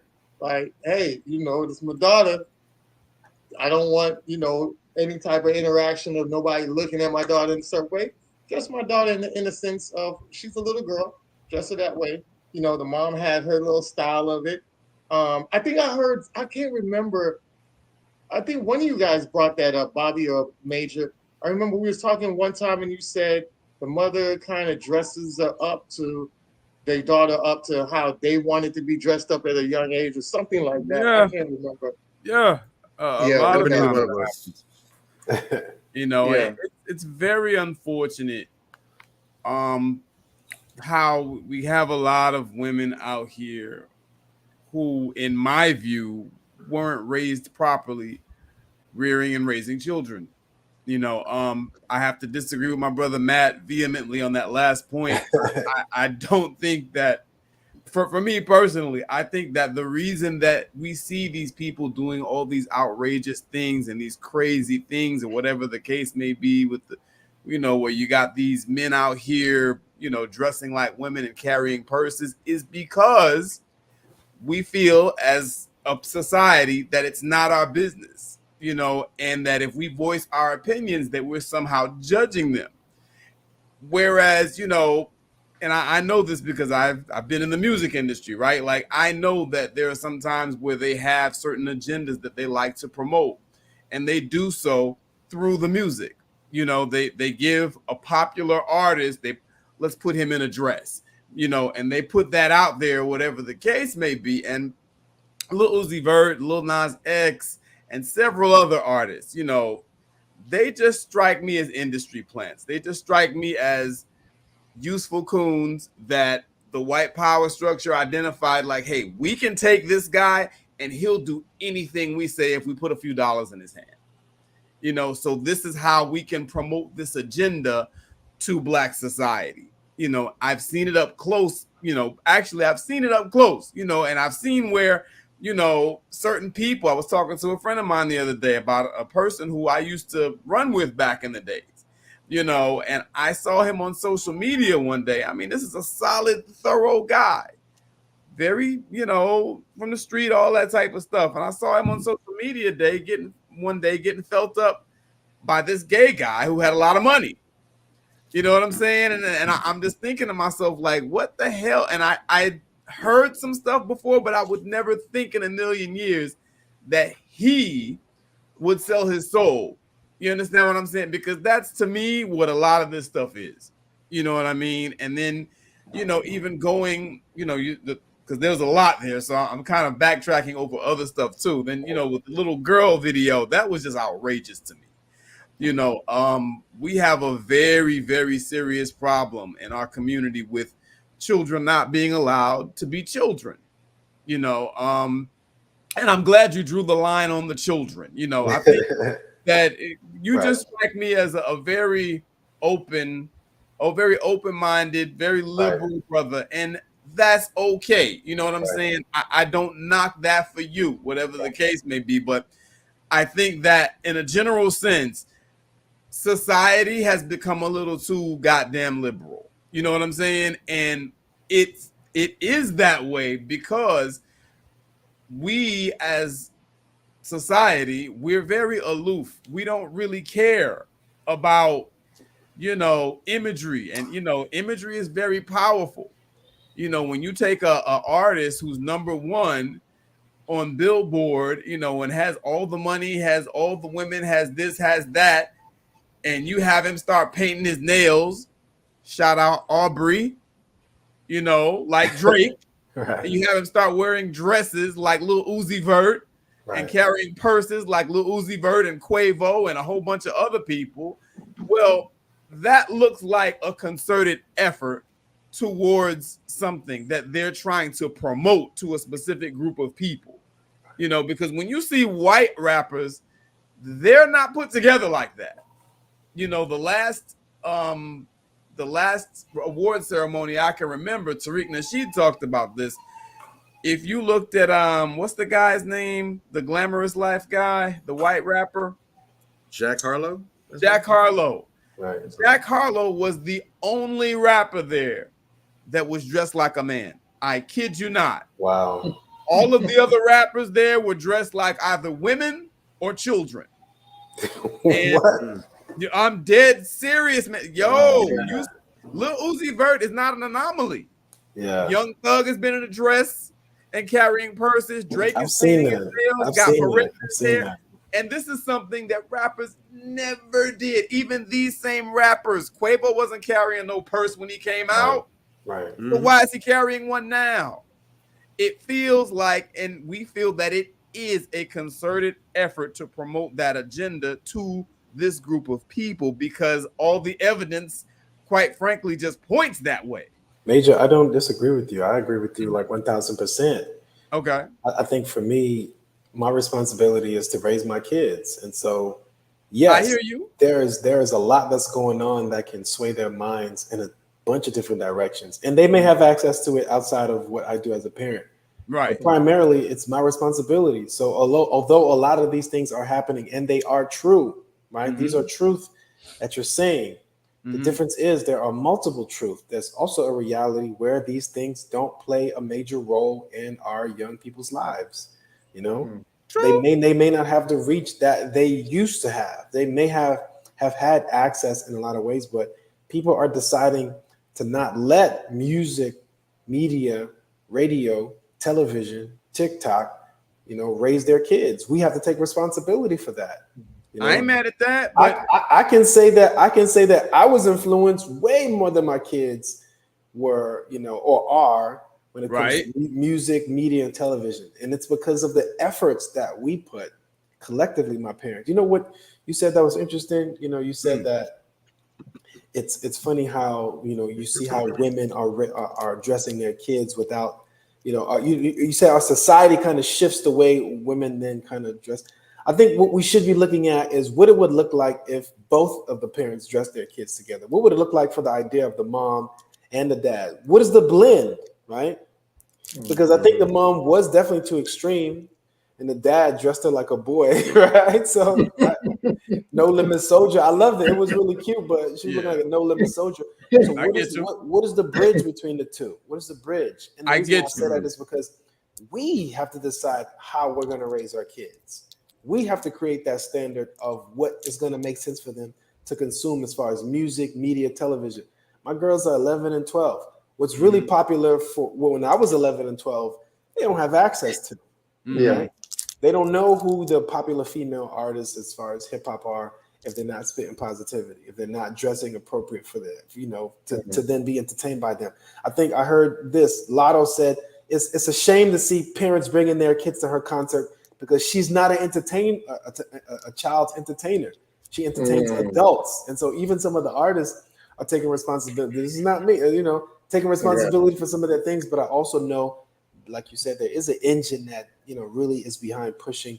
Are we then creating a specific effort to then counter that by putting what we feel are the healthier images and ideas in our young kids' minds? Right. And I respect what you said, and I agree with you also. I'm simply saying this. One, I don't have any faith in the vast majority of parents out here. Okay, that they're doing what you're doing. Straight up, I just don't, because I've seen too much evidence. It's true. The parents are the ones. The parents are the ones introducing them to sexy red half the time. Wow. Real talk. You have women out here teaching their daughters stripper pole tricks. Wow. Real talk. I've seen that. We've shown the videos on here before. That's wild, man. That's There's a whole class. There's a whole class where they're doing this. So even their sons. Yeah, there's a whole class. And nobody shut that class down, by the way. So I don't have the confidence in these parents that they're doing what you're doing. Maybe because you're so involved, you're so hyper involved, and you're so present. Right. Then you can afford to kind of shrug it off a little bit. It's still, because this media is so powerful, it still may penetrate, unfortunately. But I can understand your comfort. Right. Yeah. And it's not to be, honestly, it's not to be complacent either. Sorry to cut off your wisdom. It's not to be complacent either. It is to say that what my job is to create an ecosystem that's then going to grow to a bigger ecosystem, to a bigger ecosystem, to a bigger ecosystem. So what I can manage mentally, as far as the influence I can have emotionally, as far as the influence I can have, then I manage it. It's not to say that I'm, turning a deaf ear to it either. I know it's there. I'm consciously aware that it's there, but my focus and energy is to create something that isn't popular, right? That won't probably make the television or the news, in order to then create a different frequency to set up a generation for something different. My kids have influence, right? And the influence they have is something positive. I have influence, and the influence I have is something positive. My wife has influence. And so what we're doing is creating that sprinkle that will then turn to something bigger and bigger and bigger. I know it's not going to change overnight, but man, 3 generations from now, I love what I see. I love what I see. 4 generations from now, I love what I'm imagining. That ecosystem that has now grown to now more than thousands of people. To more than 10,000s of people, but based on this conversation we're having right now. And so instead of being, sometimes hyperly sensitive on what's happening externally, I then made the choice. Man, and it was hard to then turn off a lot of those things that put those imageries in my mind, the emotions in my mind, to then allow me to show up sometimes, then being that negative influence myself based on what I consume versus them consuming anything. Because sometimes it may not be them, like you said, it's the parents that's bringing it to them. And listen, once I hear, that Cash Money, what's that song for Juvenile? Cash Money taking over for the 9 and the 2 out, right? You already feel it, right? I hear you, and you make valid points. That's a Negro classic. That's an old Negro spiritual. You just started. But the way the matter is, check it. Even if you watch that video, the Back That Ass Up video, the women in that video actually had on clothes, and they weren't dancing particularly provocative at all. Watch the video. I haven't seen it in a while. I'm gonna go watch it. I guarantee you, brother. You watch it. I'll send it to you. Spiritually, they were. Spiritually, they were buddy booty naked. But I hear what you're saying. Physically, they were fully dressed. When you watch the video, they're actually it don't feel like it. But they were. They're actually fully clothed, and they're not dancing very provocatively. Right. Real talk. Yeah. In that song, in that video, listen. Me and my wife were watching it the other day. We fell off the chair. We like, yo. But the song, I get where you're coming from. Yeah. I'm just saying, like, each of us have our own. True. But back then, though, we weren't inundated with it 24/7, 365. You know what I love? I love the fact that you're making that point, man. There's this thing that I'm gonna start up here where I want to then have a conversation between the generational gap between music. There's R&B from the 70s, right? And then there's R&B from the 80s and 90s. And then there's R&B from the 2000s and beyond. And they're different, man. The frequencies are different. They it's not that they weren't communicating, intimacy and sex and all this other stuff back then. They just communicated differently than they do now, and you can see it. And so the conversations would be like, well, how it impacted the relationships then versus how it impacted the relationships that, kind of our generations, and then how it's impacting this generation that don't have a clue about a lot of relational standards and how to then come together as a couple. So I'm curious about those conversations in the future.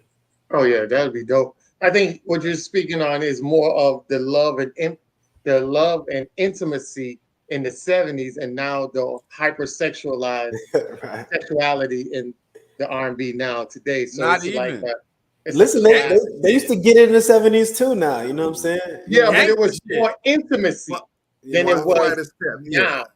Yeah, because now they're just like straight off, like, hey, just do this and do that and ride this. Back then it was like, Mrs. Jones got a thing going on. Yeah, you know what I'm saying? Right. So, my. Put on your red lip, your red dress, your high heels. They did have raunchiness, like we know that they did have some raunchy artists back there who were known for that type of content. Right. And I've seen some footage of it. You have back in the 50s, you got some women singing some stuff that could easily sync up with Sexy Red today. However, it wasn't commonly displayed. So that right now, you can just turn on the TV right now and you'll see Sexy Red up there talking about this, whatever. Those kind of artists and songs, you had to go to certain venues to hear that. That wasn't going to be at the family barbecue or whatever. You had to go seek that out and go look for that. And when you went there, you were confident that it was going to be nothing but adults that were in the know, where it was like a if you know type of thing, and they'll go and do all that. So even the access to it and the targeting of it was different. There was no question about this being for so-and-so or what have you. I saw a post recently where someone tried to make, in my estimation, a bad faith argument, talking about, y'all talk about the Megan Thee Stallions and the Sexy Reds and the blah, blah, blah, blah, blah, but y'all had this. And they were showing Adina Howard videos. They were showing a whole bunch of other stuff. But I can't remember anyone and that was around the time when I was coming up too. While they were out there, I can't remember Adina Howard being targeted to or sung by kids my age or young as my age. No. I can't recall that. I can't recall a whole bunch of young as my age singing about I need a rough neck or none of that. Or singing about Akinieli, put it in your mouth. I don't remember that. But I know I've seen videos of elementary, well, maybe, but what city were you raised in, man? In my city, the kids were saying all those songs, man. They were. Yeah. I was on Palaka, man. We sang all those songs, man. I'm from Bronco. You dig? So I guess that missed me then. Okay. right. I missed that train, thankfully. But I know I've seen videos of elementary school kids. Yeah, that's true. Kids, they don't we laugh because half some kids would sing songs they heard doo-doo and they were cackling. Hee doo-doo, doo-doo is brown.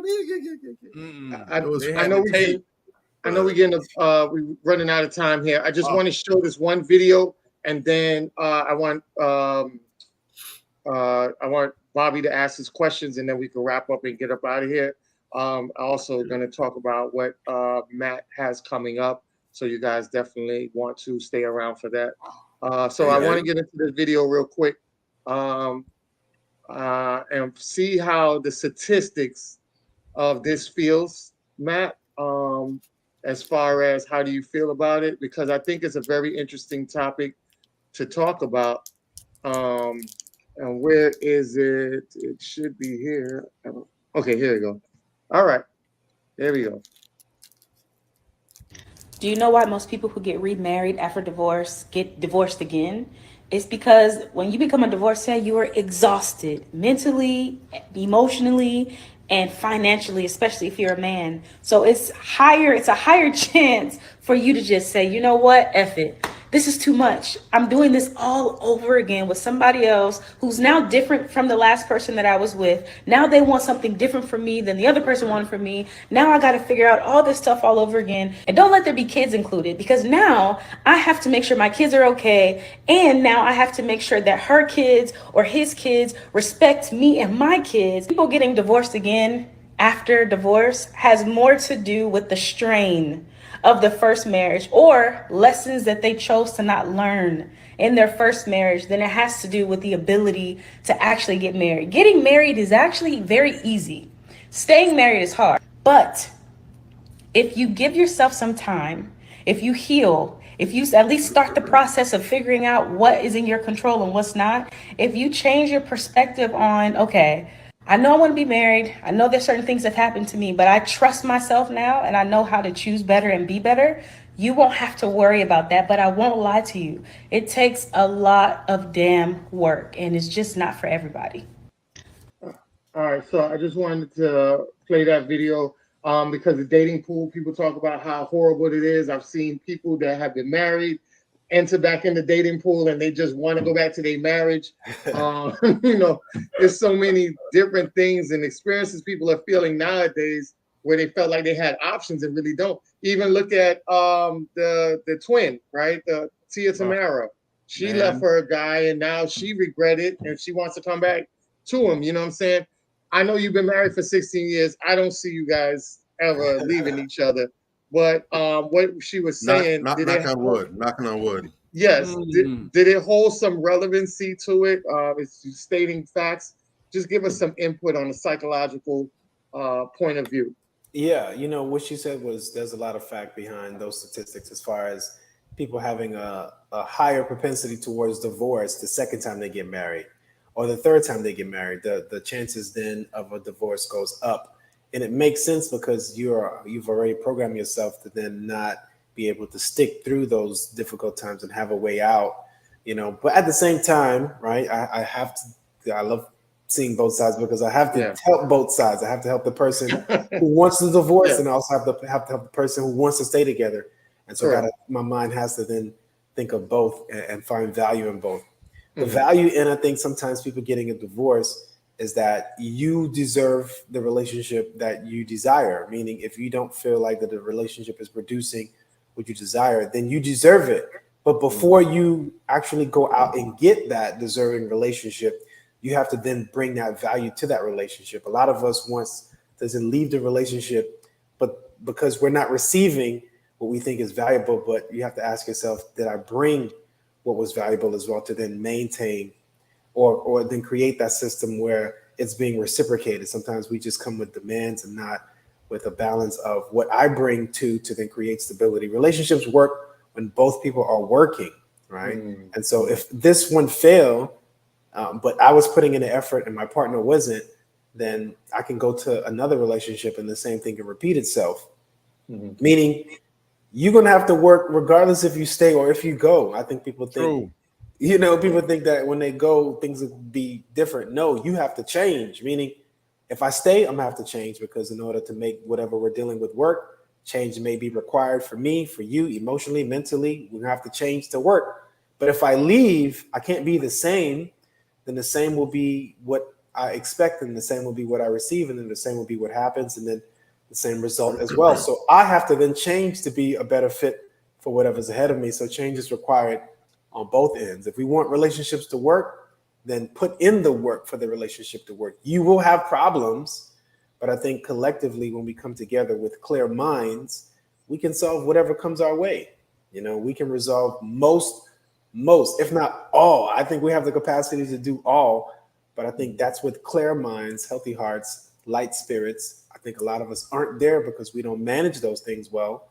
To then manage a relationship on top of that is why it's taxing, and then you have the results of divorce, you know. So it's work for both of us to do. The man is responsible to bring his best.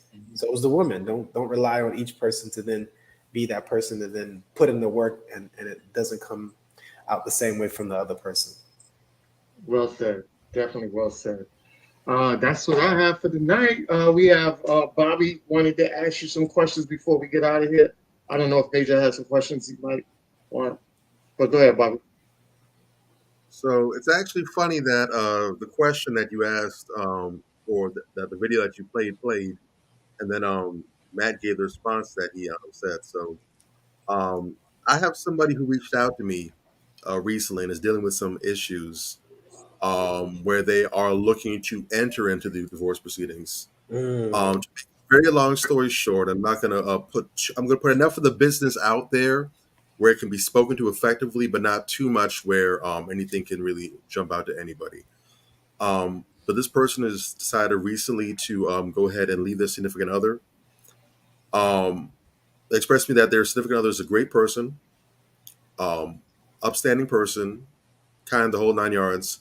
However, this person has been suffering from PTSD. And it's gotten bad to the point where the person who reached out to me, they've actually been attacked on 3 different occasions in their sleep. In one case, the person had to actually go to the hospital because they woke up to the person on top of them. They blacked out. They woke up in the hospital. And they said after the 3rd time, they decided that as much as they love this person, they got to go. They can't stick around anymore. This is someone who highly values family, highly values marriage. And in their words, they feel completely defeated because they feel like the marriage has failed.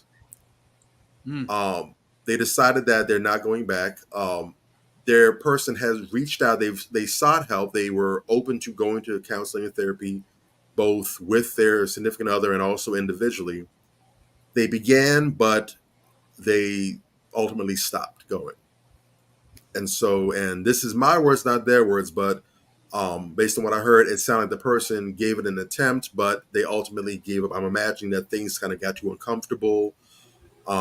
Maybe it was painful to dig through certain things, and they decided that, you know what, I'm not going to put myself through that anymore.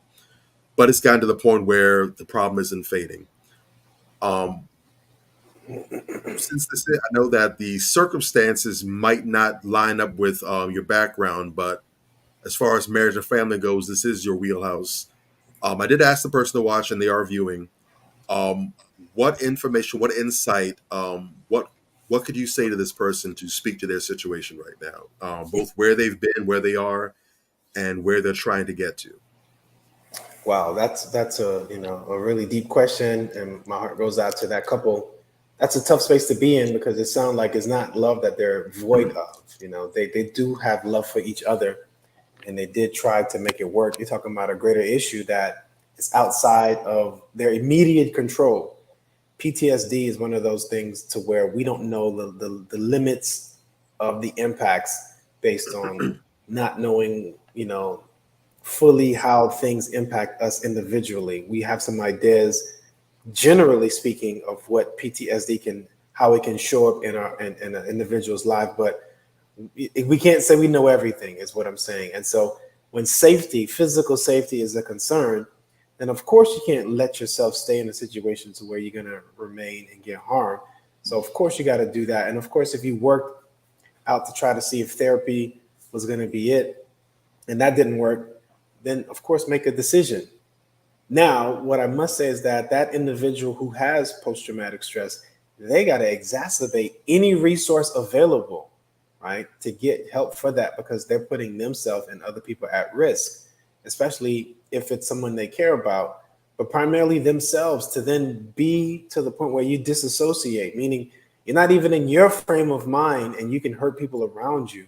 That means the level of trauma you experience is a lot, and so I think that person has to get the help that they need, and what that help could look like, because it's a high level, could be medical and therapeutic. I'm not a psychiatrist and I don't prescribe medication, but I have worked with psychiatrists and understand the value of it in certain cases, to say that when the trauma is that high and it shows up that way, it's invasive to then try to create a solution based on where you are in that traumatized mind.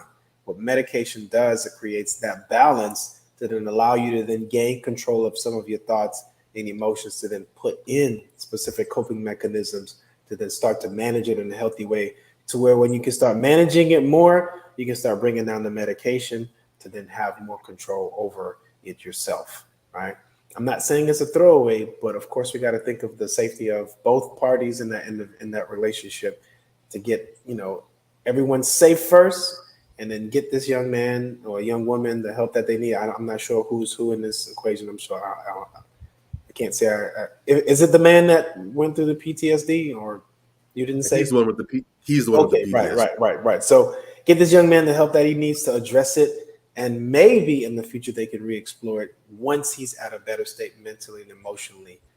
But I think it's really, really, really important for him to go get the help that he needs, because he's a threat to himself if he's disassociating, meaning he's physically there, but mentally and emotionally somewhere else, to where he's acting in a way that doesn't represent who he is as a person. So that's not safe, and so you don't know where or when that can happen. They say it's when he sleeps, who knows? The point is, get the help that you need, brother. You're not a throwaway. It's not saying that you failed at this. It's not saying you're a bad individual. It's saying that where you are mentally, based on the traumatic experiences that you've had, you have now become a threat to the people that you care about and love. Get the help that you need, get better, and then get that relationship back. You deserve it. She deserves it. Well said. Well said. What information could, or what advice would you give to her if she was listening also? I would say, she has to engage in therapy as well to do some healing, because now that you're dealing with somebody in close proximity that has PTSD, it can start triggering uneasiness and anxiety in you, to where now you can have post-traumatic stress from, now having hypersensitivity towards future relationships or physical engagements or getting an appropriate night's sleep. So you have to do, individual need to do some some work on managing their mental and emotional state to now create a balance in those spaces, to where she was traumatized, and not allow these to then carry over into the next week, next day. Don't delay is what I'm saying. Get the help to then acknowledge, process, and then create that healing space, to where it doesn't have to become a part of your psyche to how you show up. Yeah, I think that's definitely sound advice, because just by listening to it, I'm with Matt when he says about safety first, because if you love him and he has PTSD to that level, you never know where he could be, that he could end up losing his life behind that PTSD. Right. And also with her, you love him so much, but that love would dissipate if you wake up and he strangles your neck. You no longer on this earth. You got lucky the first time you woke up in a hospital and was able to wake up. Some people don't wake up, period. So safety is definitely the first priority. Take that serious for both you and him, and get the needed help, just like what Matt was saying. All right, that's my thoughts. Well. Yeah, I think you said you have multiple questions, Bobby. You have any other questions you want to put in there? That was it. I was kind of waiting to see if she's going to send in any additional response. I'm not sure if she's still watching. She was initially, but I think you gave her a good enough response where she can be able to get some value from that. One of the things is, and I don't think this is unique to most people, they're very private, and they're very naturally very protective of their relationship with their significant other, and because of that, she does go to therapy periodically as well too. But because of that nature, that makes it hard to properly, because like anything else, therapy is one of those paradoxes where you really tend to get out of it what you put into it. Right. And if you have reservations, if you're unable to properly, whether it's because sometimes, one of the gifts and the curses with things like social media is that, for better and for worse, right, that feeling of being able to communicate with people, but not being in the same room, that can kind of give you a courage or a level of, I don't want to say nonchalant, but kind of let your guard down the way otherwise. So most commonly, we'll talk about, people will say things online they never say to someone in person. So, I might pop off and talk a whole bunch of trash to Anthony online. And even if you can see my face, it's cool because I know he can't put hands on me. But if I knew Anthony was next to me, I probably wouldn't talk about all this nonsense because I know he can easily, put his hand through my cheekbone. Yeah. In the same respect, if you have those reservations where it's difficult to come forward and, to be fully transparent, to put it all out there on the table, then, your therapist, the person helping you, they can only work with what you're giving them. Correct. So my statement was like, let me be a mouthpiece for you. Say what it is that you wouldn't feel comfortable saying to your therapist in person. Let me be the mouthpiece. And let's see if you can speak to these in a way that maybe your therapist isn't able to because of the physical impediment. Let's remove the face-to-face barrier and let's make it so that you're free to communicate, you're free to get that out there and get to a deeper level of help than what you may have been able to access previously. Man, you're onto something, Bobby, because it's difficult for us already to create that safe space for people to be vulnerable as therapists. It's hard. That's a skill. That's a skill that is not necessarily taught. They can teach you to be present, but the skill of creating. Sorry to interrupt. I just got a message that says she is watching, so she's hearing you live. Great. So the skill to create that safe space is something that you have to cultivate as a person. Some of us don't know how to make and open up space for people. Even though you're a therapist doesn't necessarily make you the ideal person to then have certain conversations. We have our own limitations and we can carry certain things to then prevent us from being safe enough for our clients. And so a therapist who isn't creating that safe space, they got to call themselves out and be able to say, you know what, I noticed that you haven't been opening up in a way that's really allowing us to then tackle those issues. Is there something that we can do differently, or do I have to make referrals to get you a different therapist? What I'm saying is that, yes, you have to bring in as a client a space where you are open, but as a therapist, we have to be very, very cognizant of what we bring to make the clients feel safe. It's hard to do that in person.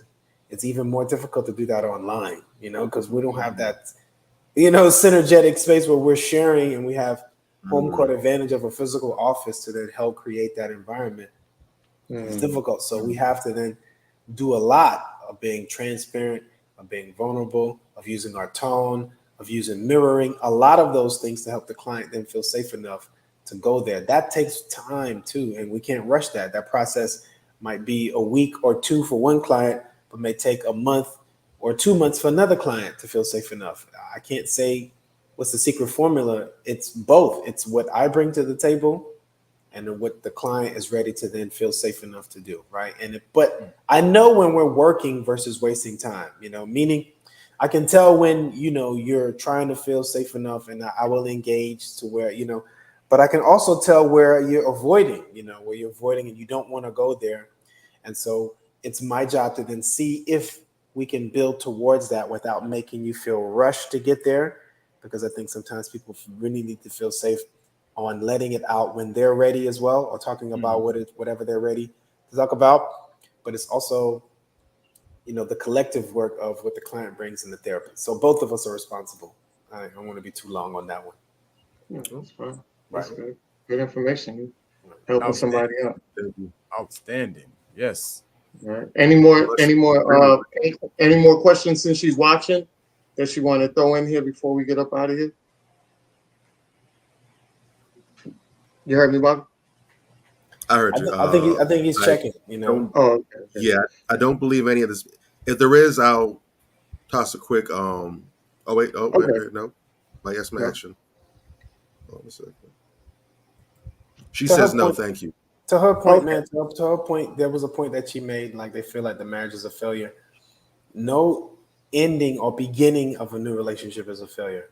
Think of it as a graduation, Even in a divorce, it's a graduation to something new, right? You're ending a period of time where hopefully you learn, where hopefully you can say you matured, or hopefully you had value in that time period that you were in there, but you're graduating, you're going to a different phase in your relationship status to where it's a step forward. It's not going backwards. Divorce is a part of relationships that we have. So don't feel like it's a throwaway to then be at this phase of your life. You still have value. People who are divorced, people who are, seeking to be remarried, still valuable. You've been married twice, you're still valuable. You've been married 3 times, Amen. Go for it. You still have value wherever you are. Amen. For the men Third and time's for a the charm. women. Yeah, you know what I'm saying? Do what you do, but also get the help to help make sure that you are doing something different, so you won't have to keep repeating.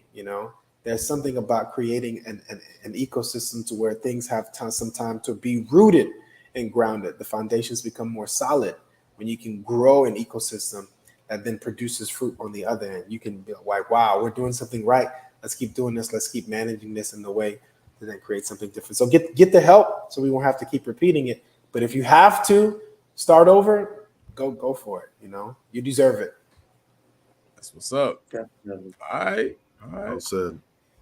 I had a couple questions. Go ahead. No, go ahead. No. Go ahead. I had a couple questions myself real quick, Matt.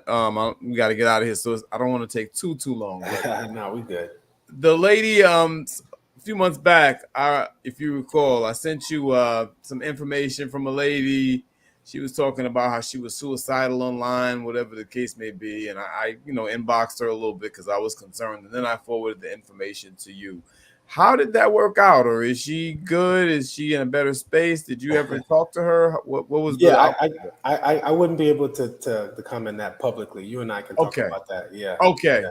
Okay. Yeah. But okay. So in a case where where suicidal is a concern, now, I want people to understand this, right? Unless that person is my identified client, then I'm not responsible for that person. But because I am a provider, I love when people send them to me so then I can assist them to get the help. Right. And the help that they need is to have a conversation about the why they get there. I think sometimes we don't have that space to then fully accept the person where they are when they say, this is where I am. For men, it's even more difficult to say that, you know what, I'm ready to give up. Right. I'm ready to then let go. Right. Yeah. That's a conversation that a lot of us have in our heads, but we can't have out loud. And it's not to say that I want to end my life. It's to say that currently, in this moment, I don't want to be here, right? You ever been at a party or a space or somebody's home? You're just like, man, I don't want to be here. Yeah. For them, it's collective. It's all of those spaces where they don't want to dwell. Is to say that if there was a different context, they may want to stay a little longer. If something was slightly different, you may want, like when I think about, I think I said this before in a different podcast, some of the parties my brother and I used to go to were amazing in college, but some of them were trash. And the reason why we stayed even longer was because we had each other there. Right. But if I didn't have him there, I wouldn't want to stay any extra minute. And in certain situations in our lives, because we don't have the right people around us, the right type of love, affection, and acceptance, we feel like, man, I don't want to be here. And that's okay for you to feel that way.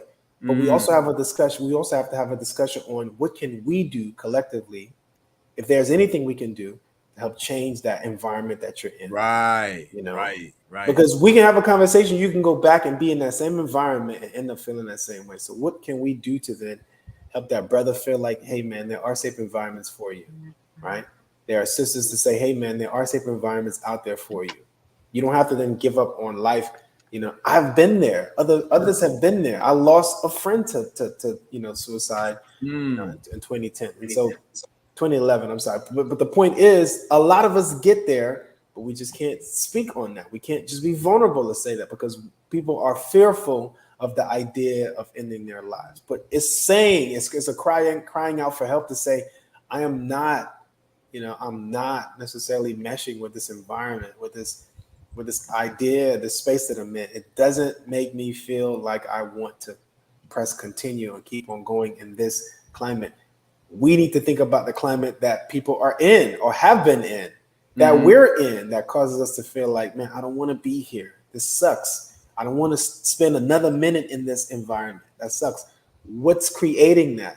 Let's talk more about those things. It's a great question, man. Okay. We'll speak. And the other question, I actually was speaking to a brother not too long ago, and this question came up, and I wanted to see what your take on it is, because you are a professional and you do this. You're an expert at this. He asked me in a very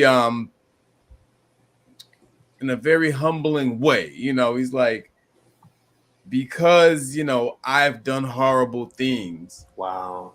In my life, or because a person does horrible things in their life, right? I feel like he was kind of referring to himself, right? But he's putting it that way. Does that make me a bad person? Right. Wow, man. And I gave him the best answer I could, but Yeah. I felt you would be much better equipped to give that answer. Yeah.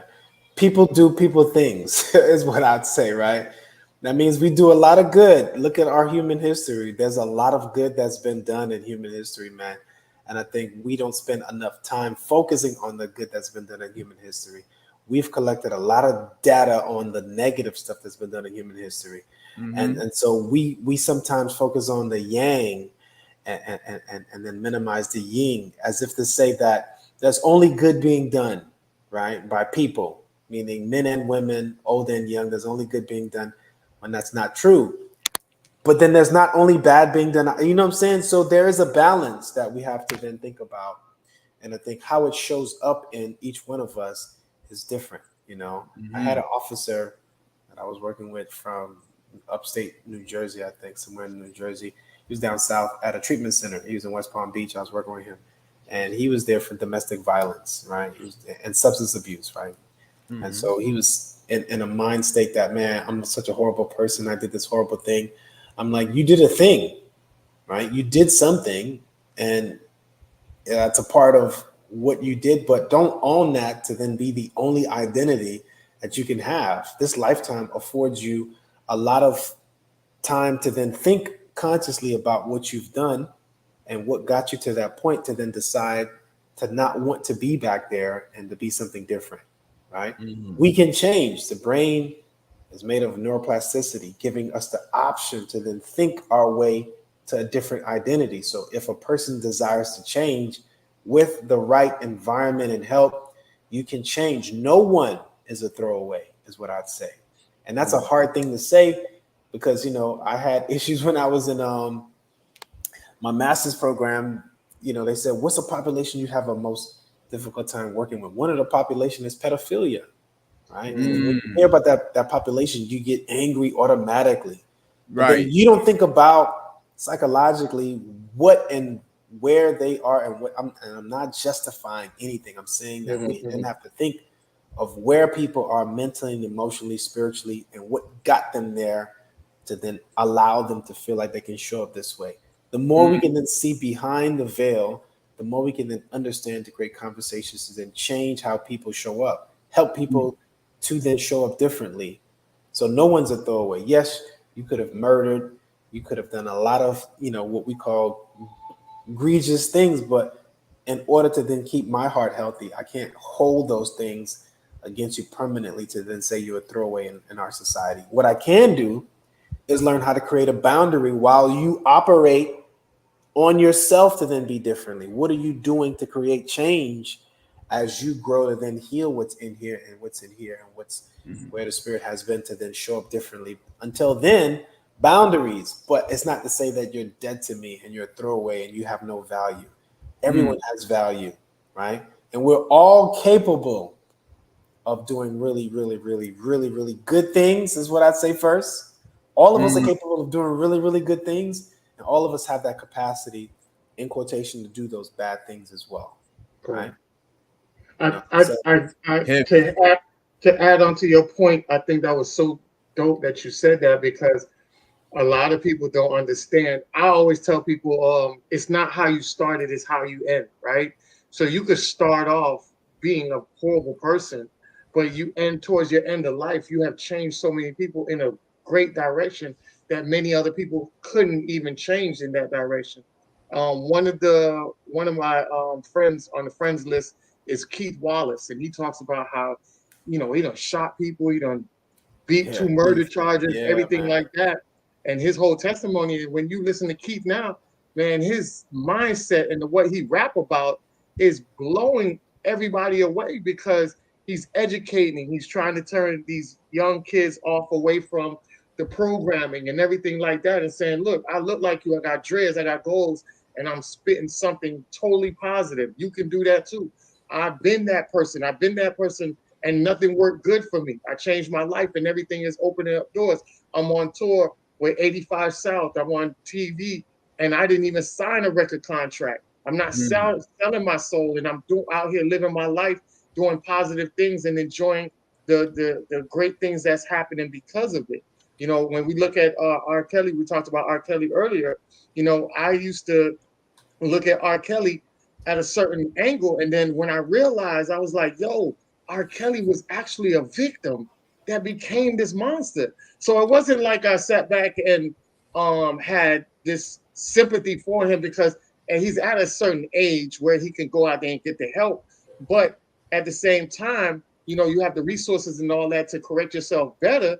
But at that moment, I was like, wow, why isn't the lady who turned him into a monster being ostracized like how he is doing? You know what I'm saying? And that starts to bring up a bigger picture. Like, yeah, we can't save R. Kelly, but maybe we could save the next little boy from stop him from being molested by holding women accountable and getting away from this predatory mindset. So we don't have multiple R. Kellys out here and break the generational curse and the cycle in the process.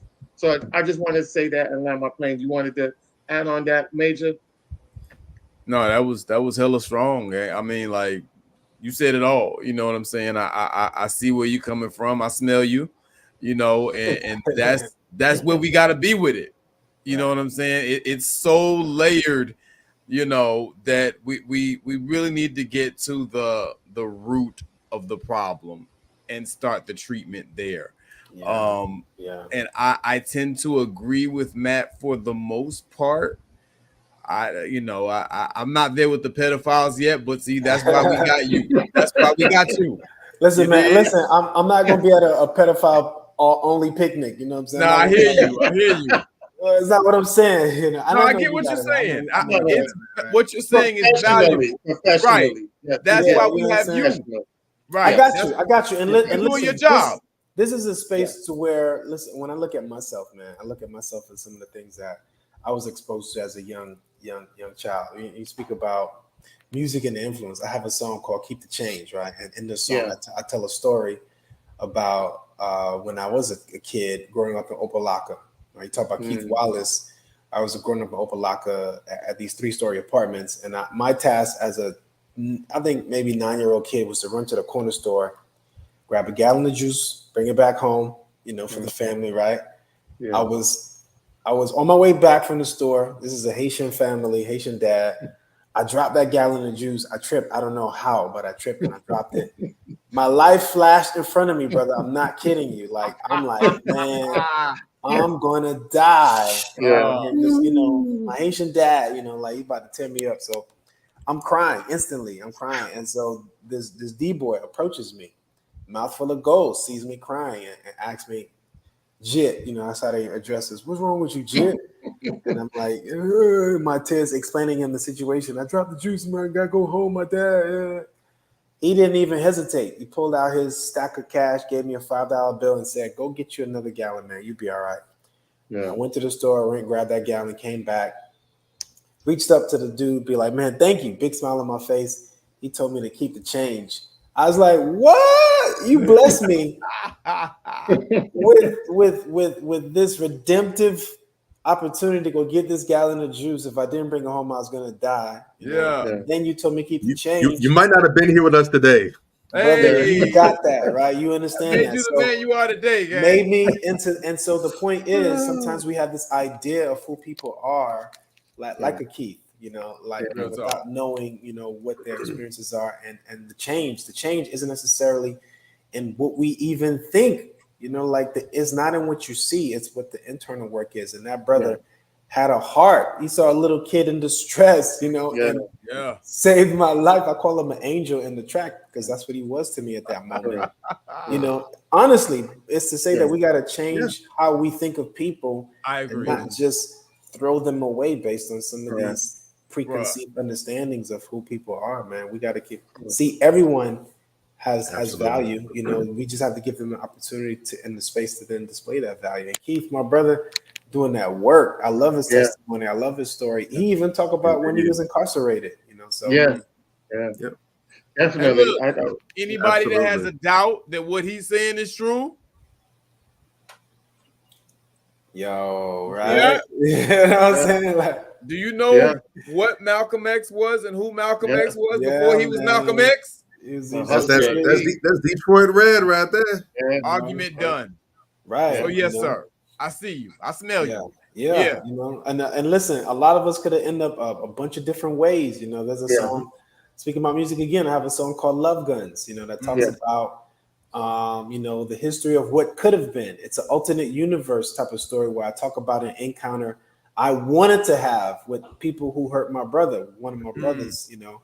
And this is in my mind, the fantasy I created based on a lot of what I experienced as far as, you know, violence in my community. These are the things that, you know, really was like, if you put a gun in my hand, the song says, I would have murdered a lot of people based on where I was. And if that access was that close to me, and I could have done a lot of things. And so it makes sense in the context of what people go through on what they produce.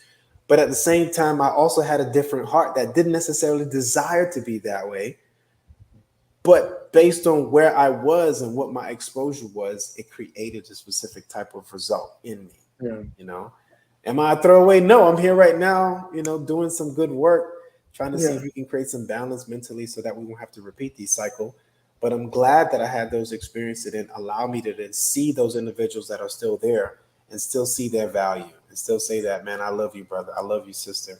And you still deserve the capacity to have a good life ahead of you. It doesn't matter what you went through. It doesn't matter what you're going through right now. If you decide that you want to be different, then we can help in that process to get there successfully. Definitely. Yo, very powerful show tonight. I appreciate you, Matt. I know you, man. We've been listen, I appreciate that, man, because time is gold. Time is money.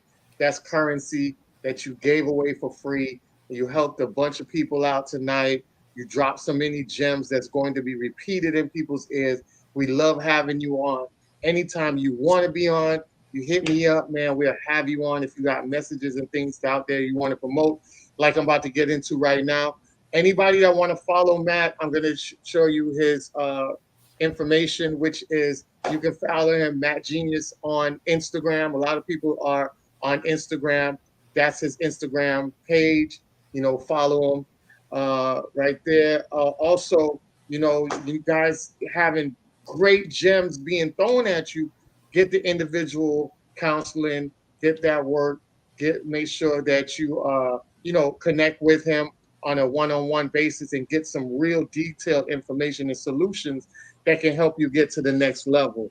Also, he has coming up lifting and liberating in the spirit. Join us for the immense retreat in beautiful Costa Rica, where we'll explore racial equity strategies in a community of care and healing. That's from July 13th to the 20th on 2024 of this year. All right. So definitely link up with him and get with that. And then later on in the year, he will be speaking their Black Men Conference, Matt Jeanius, September 13th to 15th, 2024 in Atlanta, Georgia. So all my Georgia people up there, you know, they go to QR code, link up with it, buy the tickets, hear this man speak, the powers behind him. It's very important that we take advantage of the people that are out here to really, really bless and help people along the process, because we have a lot of therapists and people in professional realms that aren't good for you.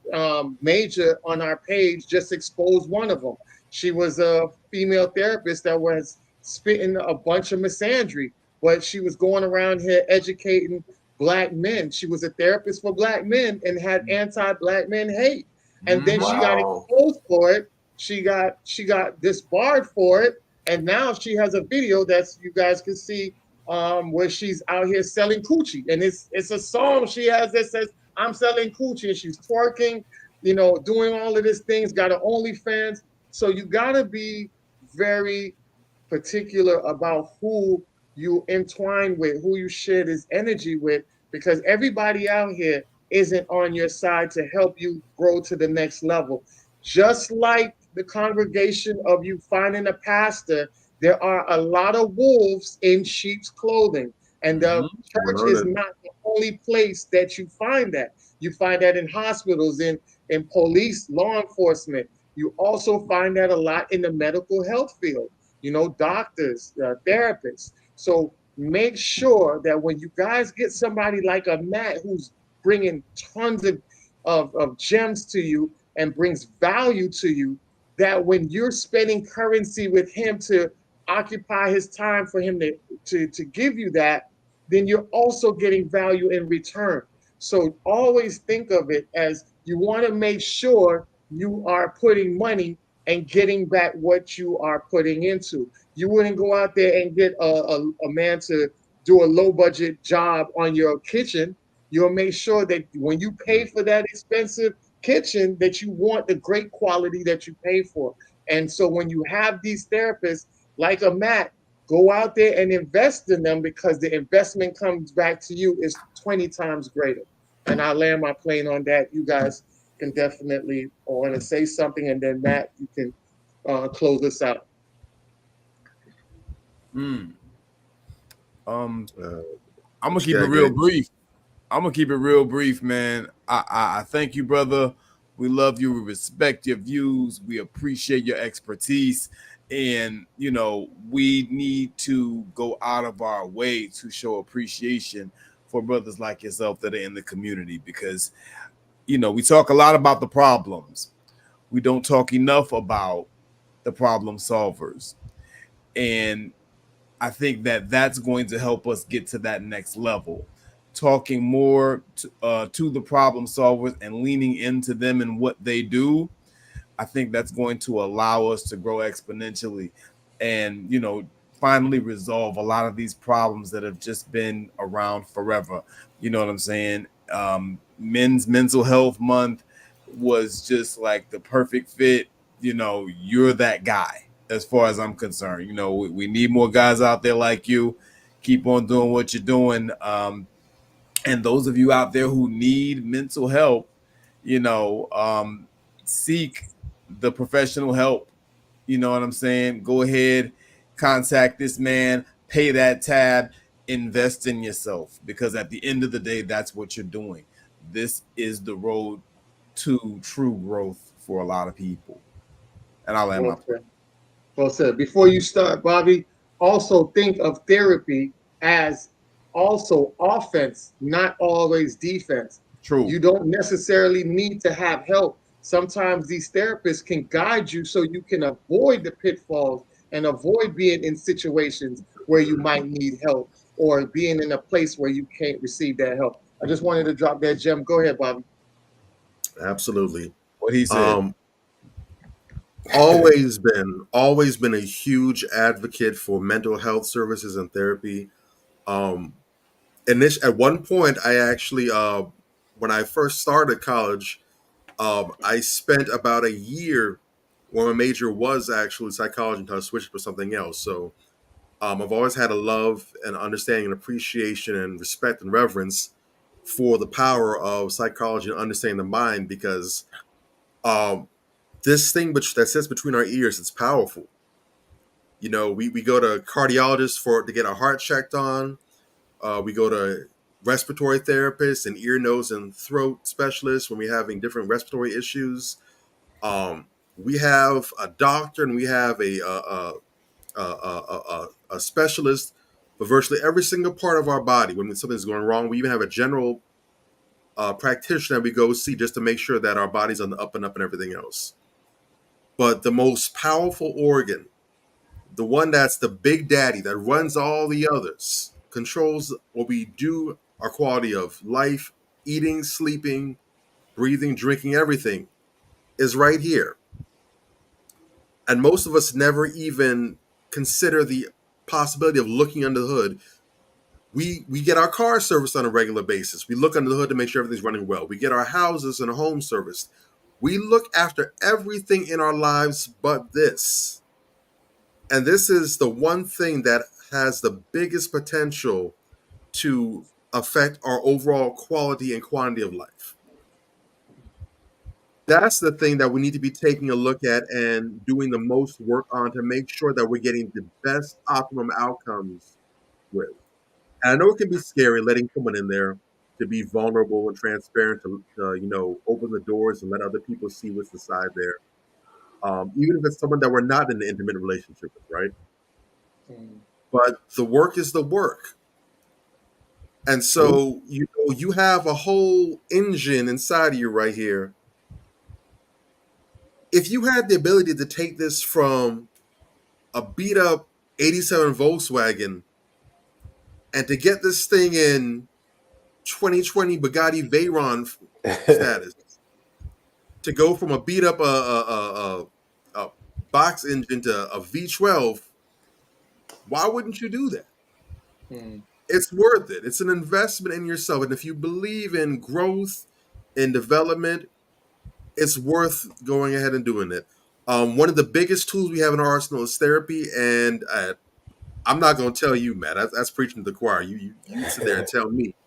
But even though it's better than nothing, it's great to go and see a marriage and family therapist when you're having issues in your relationship and for mediation. But damn, there's so much more deeper work and more valuable work and better outcomes that can be reached if people will look to therapy before everything hits the fan. Again, back to what I said before about the clothes. It's so much easier to just take your drawers up off the floor and wash it than it is to have a whole closet full of dirty, stained clothes, and now you got a whole undertaking on your shoulders. It's so much easier to nip things in the bud than it is to chop down the whole damn orchard. So I wish more people would seek that route. I'm also surprised and also very happy to report, Matt, that apparently it's not just this sister dealing with it. I've actually have several people that have reached out. I got 4 other women that have reached out. Wow. And a couple of brothers who've specified. One brother mentioned that he himself has had issues with a significant other with PTSD, and he understands that situation. One brother reached out, said that he was the person with PTSD, right, and it caused them. Yeah. So there's a number of lives that have been impacted because of what you shared tonight with us. Yeah. And overall, we know that these are the people that reached out for this particular scenario that was brought up. But in general, there's other things that have been talked about that we know people are listening to. People do hear what we have to say, and it's valuable, whether it's one person whose life is impacted or whether it's a whole generation. Like you said, everyone has value. Nobody is worthless. Everyone has merit. Everyone's life is significant. And that's the work, whether you're in the psychological space, whether you're just a couple of Negroes sitting on the radio playing podcasts or mentor, whatever it is you're doing. The work does not go unnoticed. You might never be aware of the impact you have, but rest and believe, because there's so much work that needs to be done. It's all hands on deck. If one person is doing their part, it's going to make an impact. It's going to be felt. Even if you never know about it, just trust that the seed you're sowing, it's going to hit some good soil and it's going to take root, and it's not going to be for nothing. Yeah. So we love you guys. We appreciate you. Thank you again, Matt, again, for sharing your time with us, not thinking of robbery.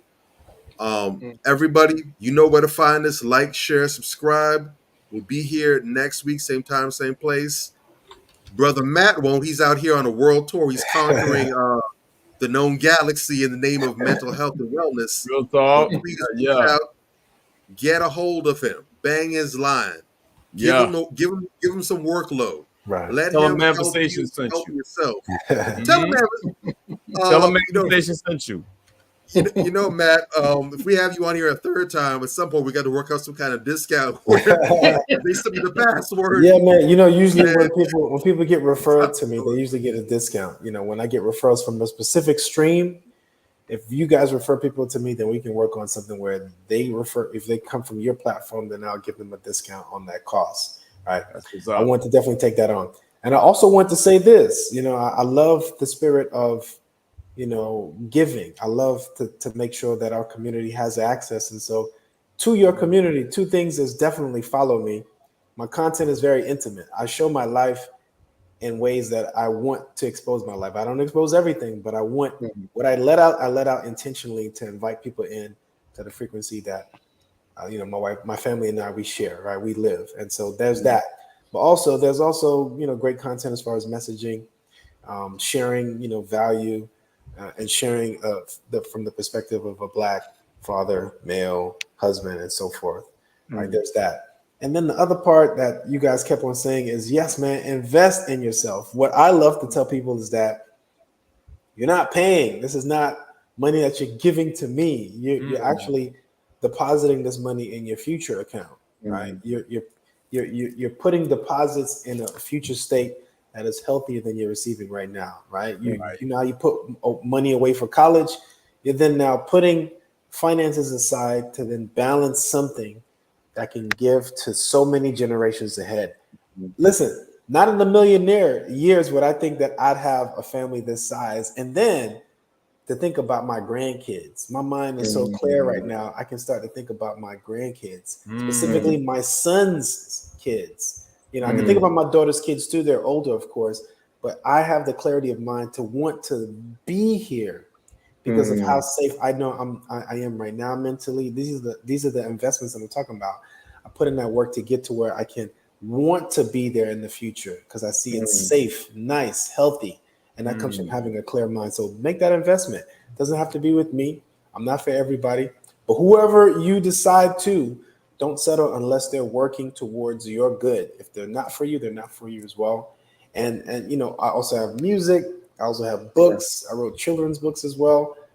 What I was going to say is that for your audience, I would love to come back and do a specific training, not, you know, on a live, but you collect maybe 10 to 15, 20 people that you guys want, your faithful audience, and I will do a 2-hour fully trained, you know, something where they can do Q&A for your audience, just to build that engagement, mental health and support. And I know sometimes people don't get a chance to ask the questions, questions and really engage with the professional. So let's do that. Let's set something up where you guys can get your 10, 15 most faithful people, sign them up, and we can do like a similar to this where I can share my screen and present something for you guys that can enrich the understanding of a specific area and mental health. I have a lot of trainings and workshops available that I do in person and online.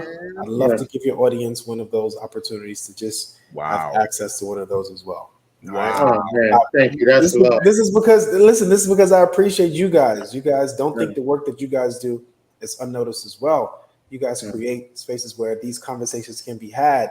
I don't have to agree with everything. You guys don't have to agree with everything. I love the fact that you made space for me that allowed me to feel safe enough to share my thoughts and my values. I value you guys. I appreciate you guys. And I will always come back. As soon as Ant told me, what did I say, Ant? Let me know I'm there. Let me know I'm here. I was like, on Father's Day. You're like, I was like, let's go. You know, I'm going to make time because I know what you guys do is important. And if you guys make space, I'm going to be here. So I appreciate you. That's what's up, man. Anytime. We appreciate you. Go ahead. No, go ahead. No. Two things real quick, man. Yeah. Your authenticity does not go unappreciated. Exactly. All right? I'm that guy. I feel people. You dig? Your authenticity does not go unappreciated. And to the audience, like Bobby Drake said, wash your drawers. And we good. All right. So, before we go out of here, Matt, just give them back some recap of how to get in contact with you again. Yeah, always, man. All your socials, anything, smoke signals, Morse code address, whatever you got. All that. Everything. All things Matt Jeanius. Matt Jeanius on IG. I have my link tree on there. You can find a lot of the things that I'm involved in on my link tree. On Facebook, I have the link tree on there as well. On LinkedIn, still Matt Jeanius. On Apple Music, still Matt Jeanius. On Amazon, my books. I only have one book under the name Matt Jeanius. The other books are under my government, Matthew Jean. So full name, M-A-T, 1T, MATHEWJEAN. You can find my children's books under that name as well.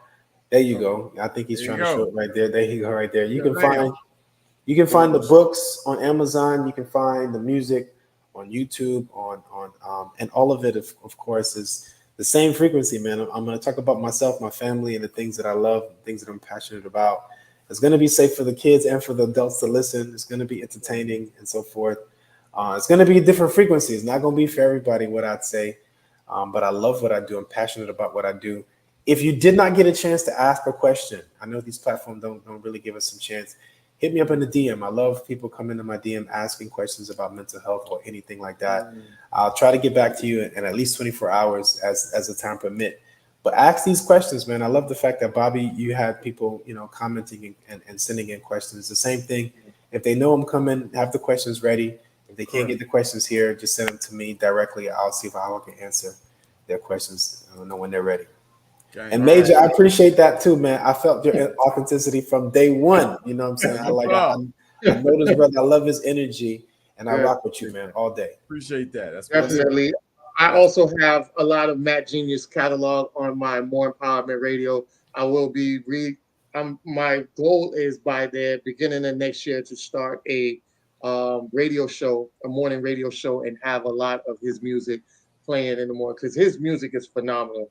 I don't think he gets enough exposure, but you guys can check it out. Spotify, Apple, check him out, and you will be amazed, because I listen to him just as much as I listen to Keith Wallace. I think they're two underrated MCs that are doing phenomenal things on their own, and the industry, it would only tarnish them if they get in the industry more than help them. So definitely check him out. We are out of here, and see you guys next week for another phenomenal show. All right, y'all be easy. Peace and blessings. Manifestation. Man up. Manifestation. Man up. Manifestation. Man up. Manifestation. A place where we inform, build, and inspire. Manifestation. Man up. Manifestation. Man up. Manifestation. Man up. A place where we inform. Manifestation. A place where we inform, build, and inspire. You gotta eat what you kill. You gotta go out there. You gotta hunt for your meals. We all have that ability to connect with people, to be that motivational person in somebody's life. You gotta let people know there's certain lines you don't cross, and that there's gonna be consequences if you do. Man up. If you are an adult and you are in a relationship, that person's emotions are not your responsibility. Man up. Manifestation. Man up. Manifestation. Man up. Manifestation. A place where we inform, build, and inspire. The devil, during slavery, destroyed the masculinity or manhood of the so-called Negro. No man. Right now you got to be trained all over again to be a man. When someone is obligated to do something, it is binding upon them to do it. And failure to do it causes reaction. Man up. Position make you rich? I don't have that type of richness. My richness is life forever. If black people knew their glorious past, if black people knew their glorious past, if black people knew their glorious past, then they would be more inclined to respect themselves. I'm not saying I'm going to rule the world or I'm going to change the world, but I guarantee that I will spark the brain that will change the world. And that's our job, is to spark somebody else watching us. A place where we inform, build, and inspire. Manifestation. Man up. Manifestation. Man up. Manifestation. Man up. A place where we inform. Manifestation. A place where we inform, build, and inspire. You want to tell me about yourself? Go get your friends.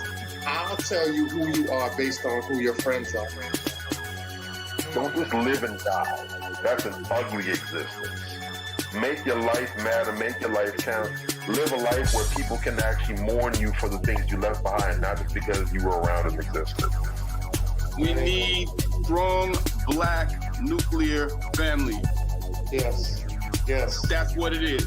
Mother, father, son, daughter, all in the same house with a focus on the family unit as a whole.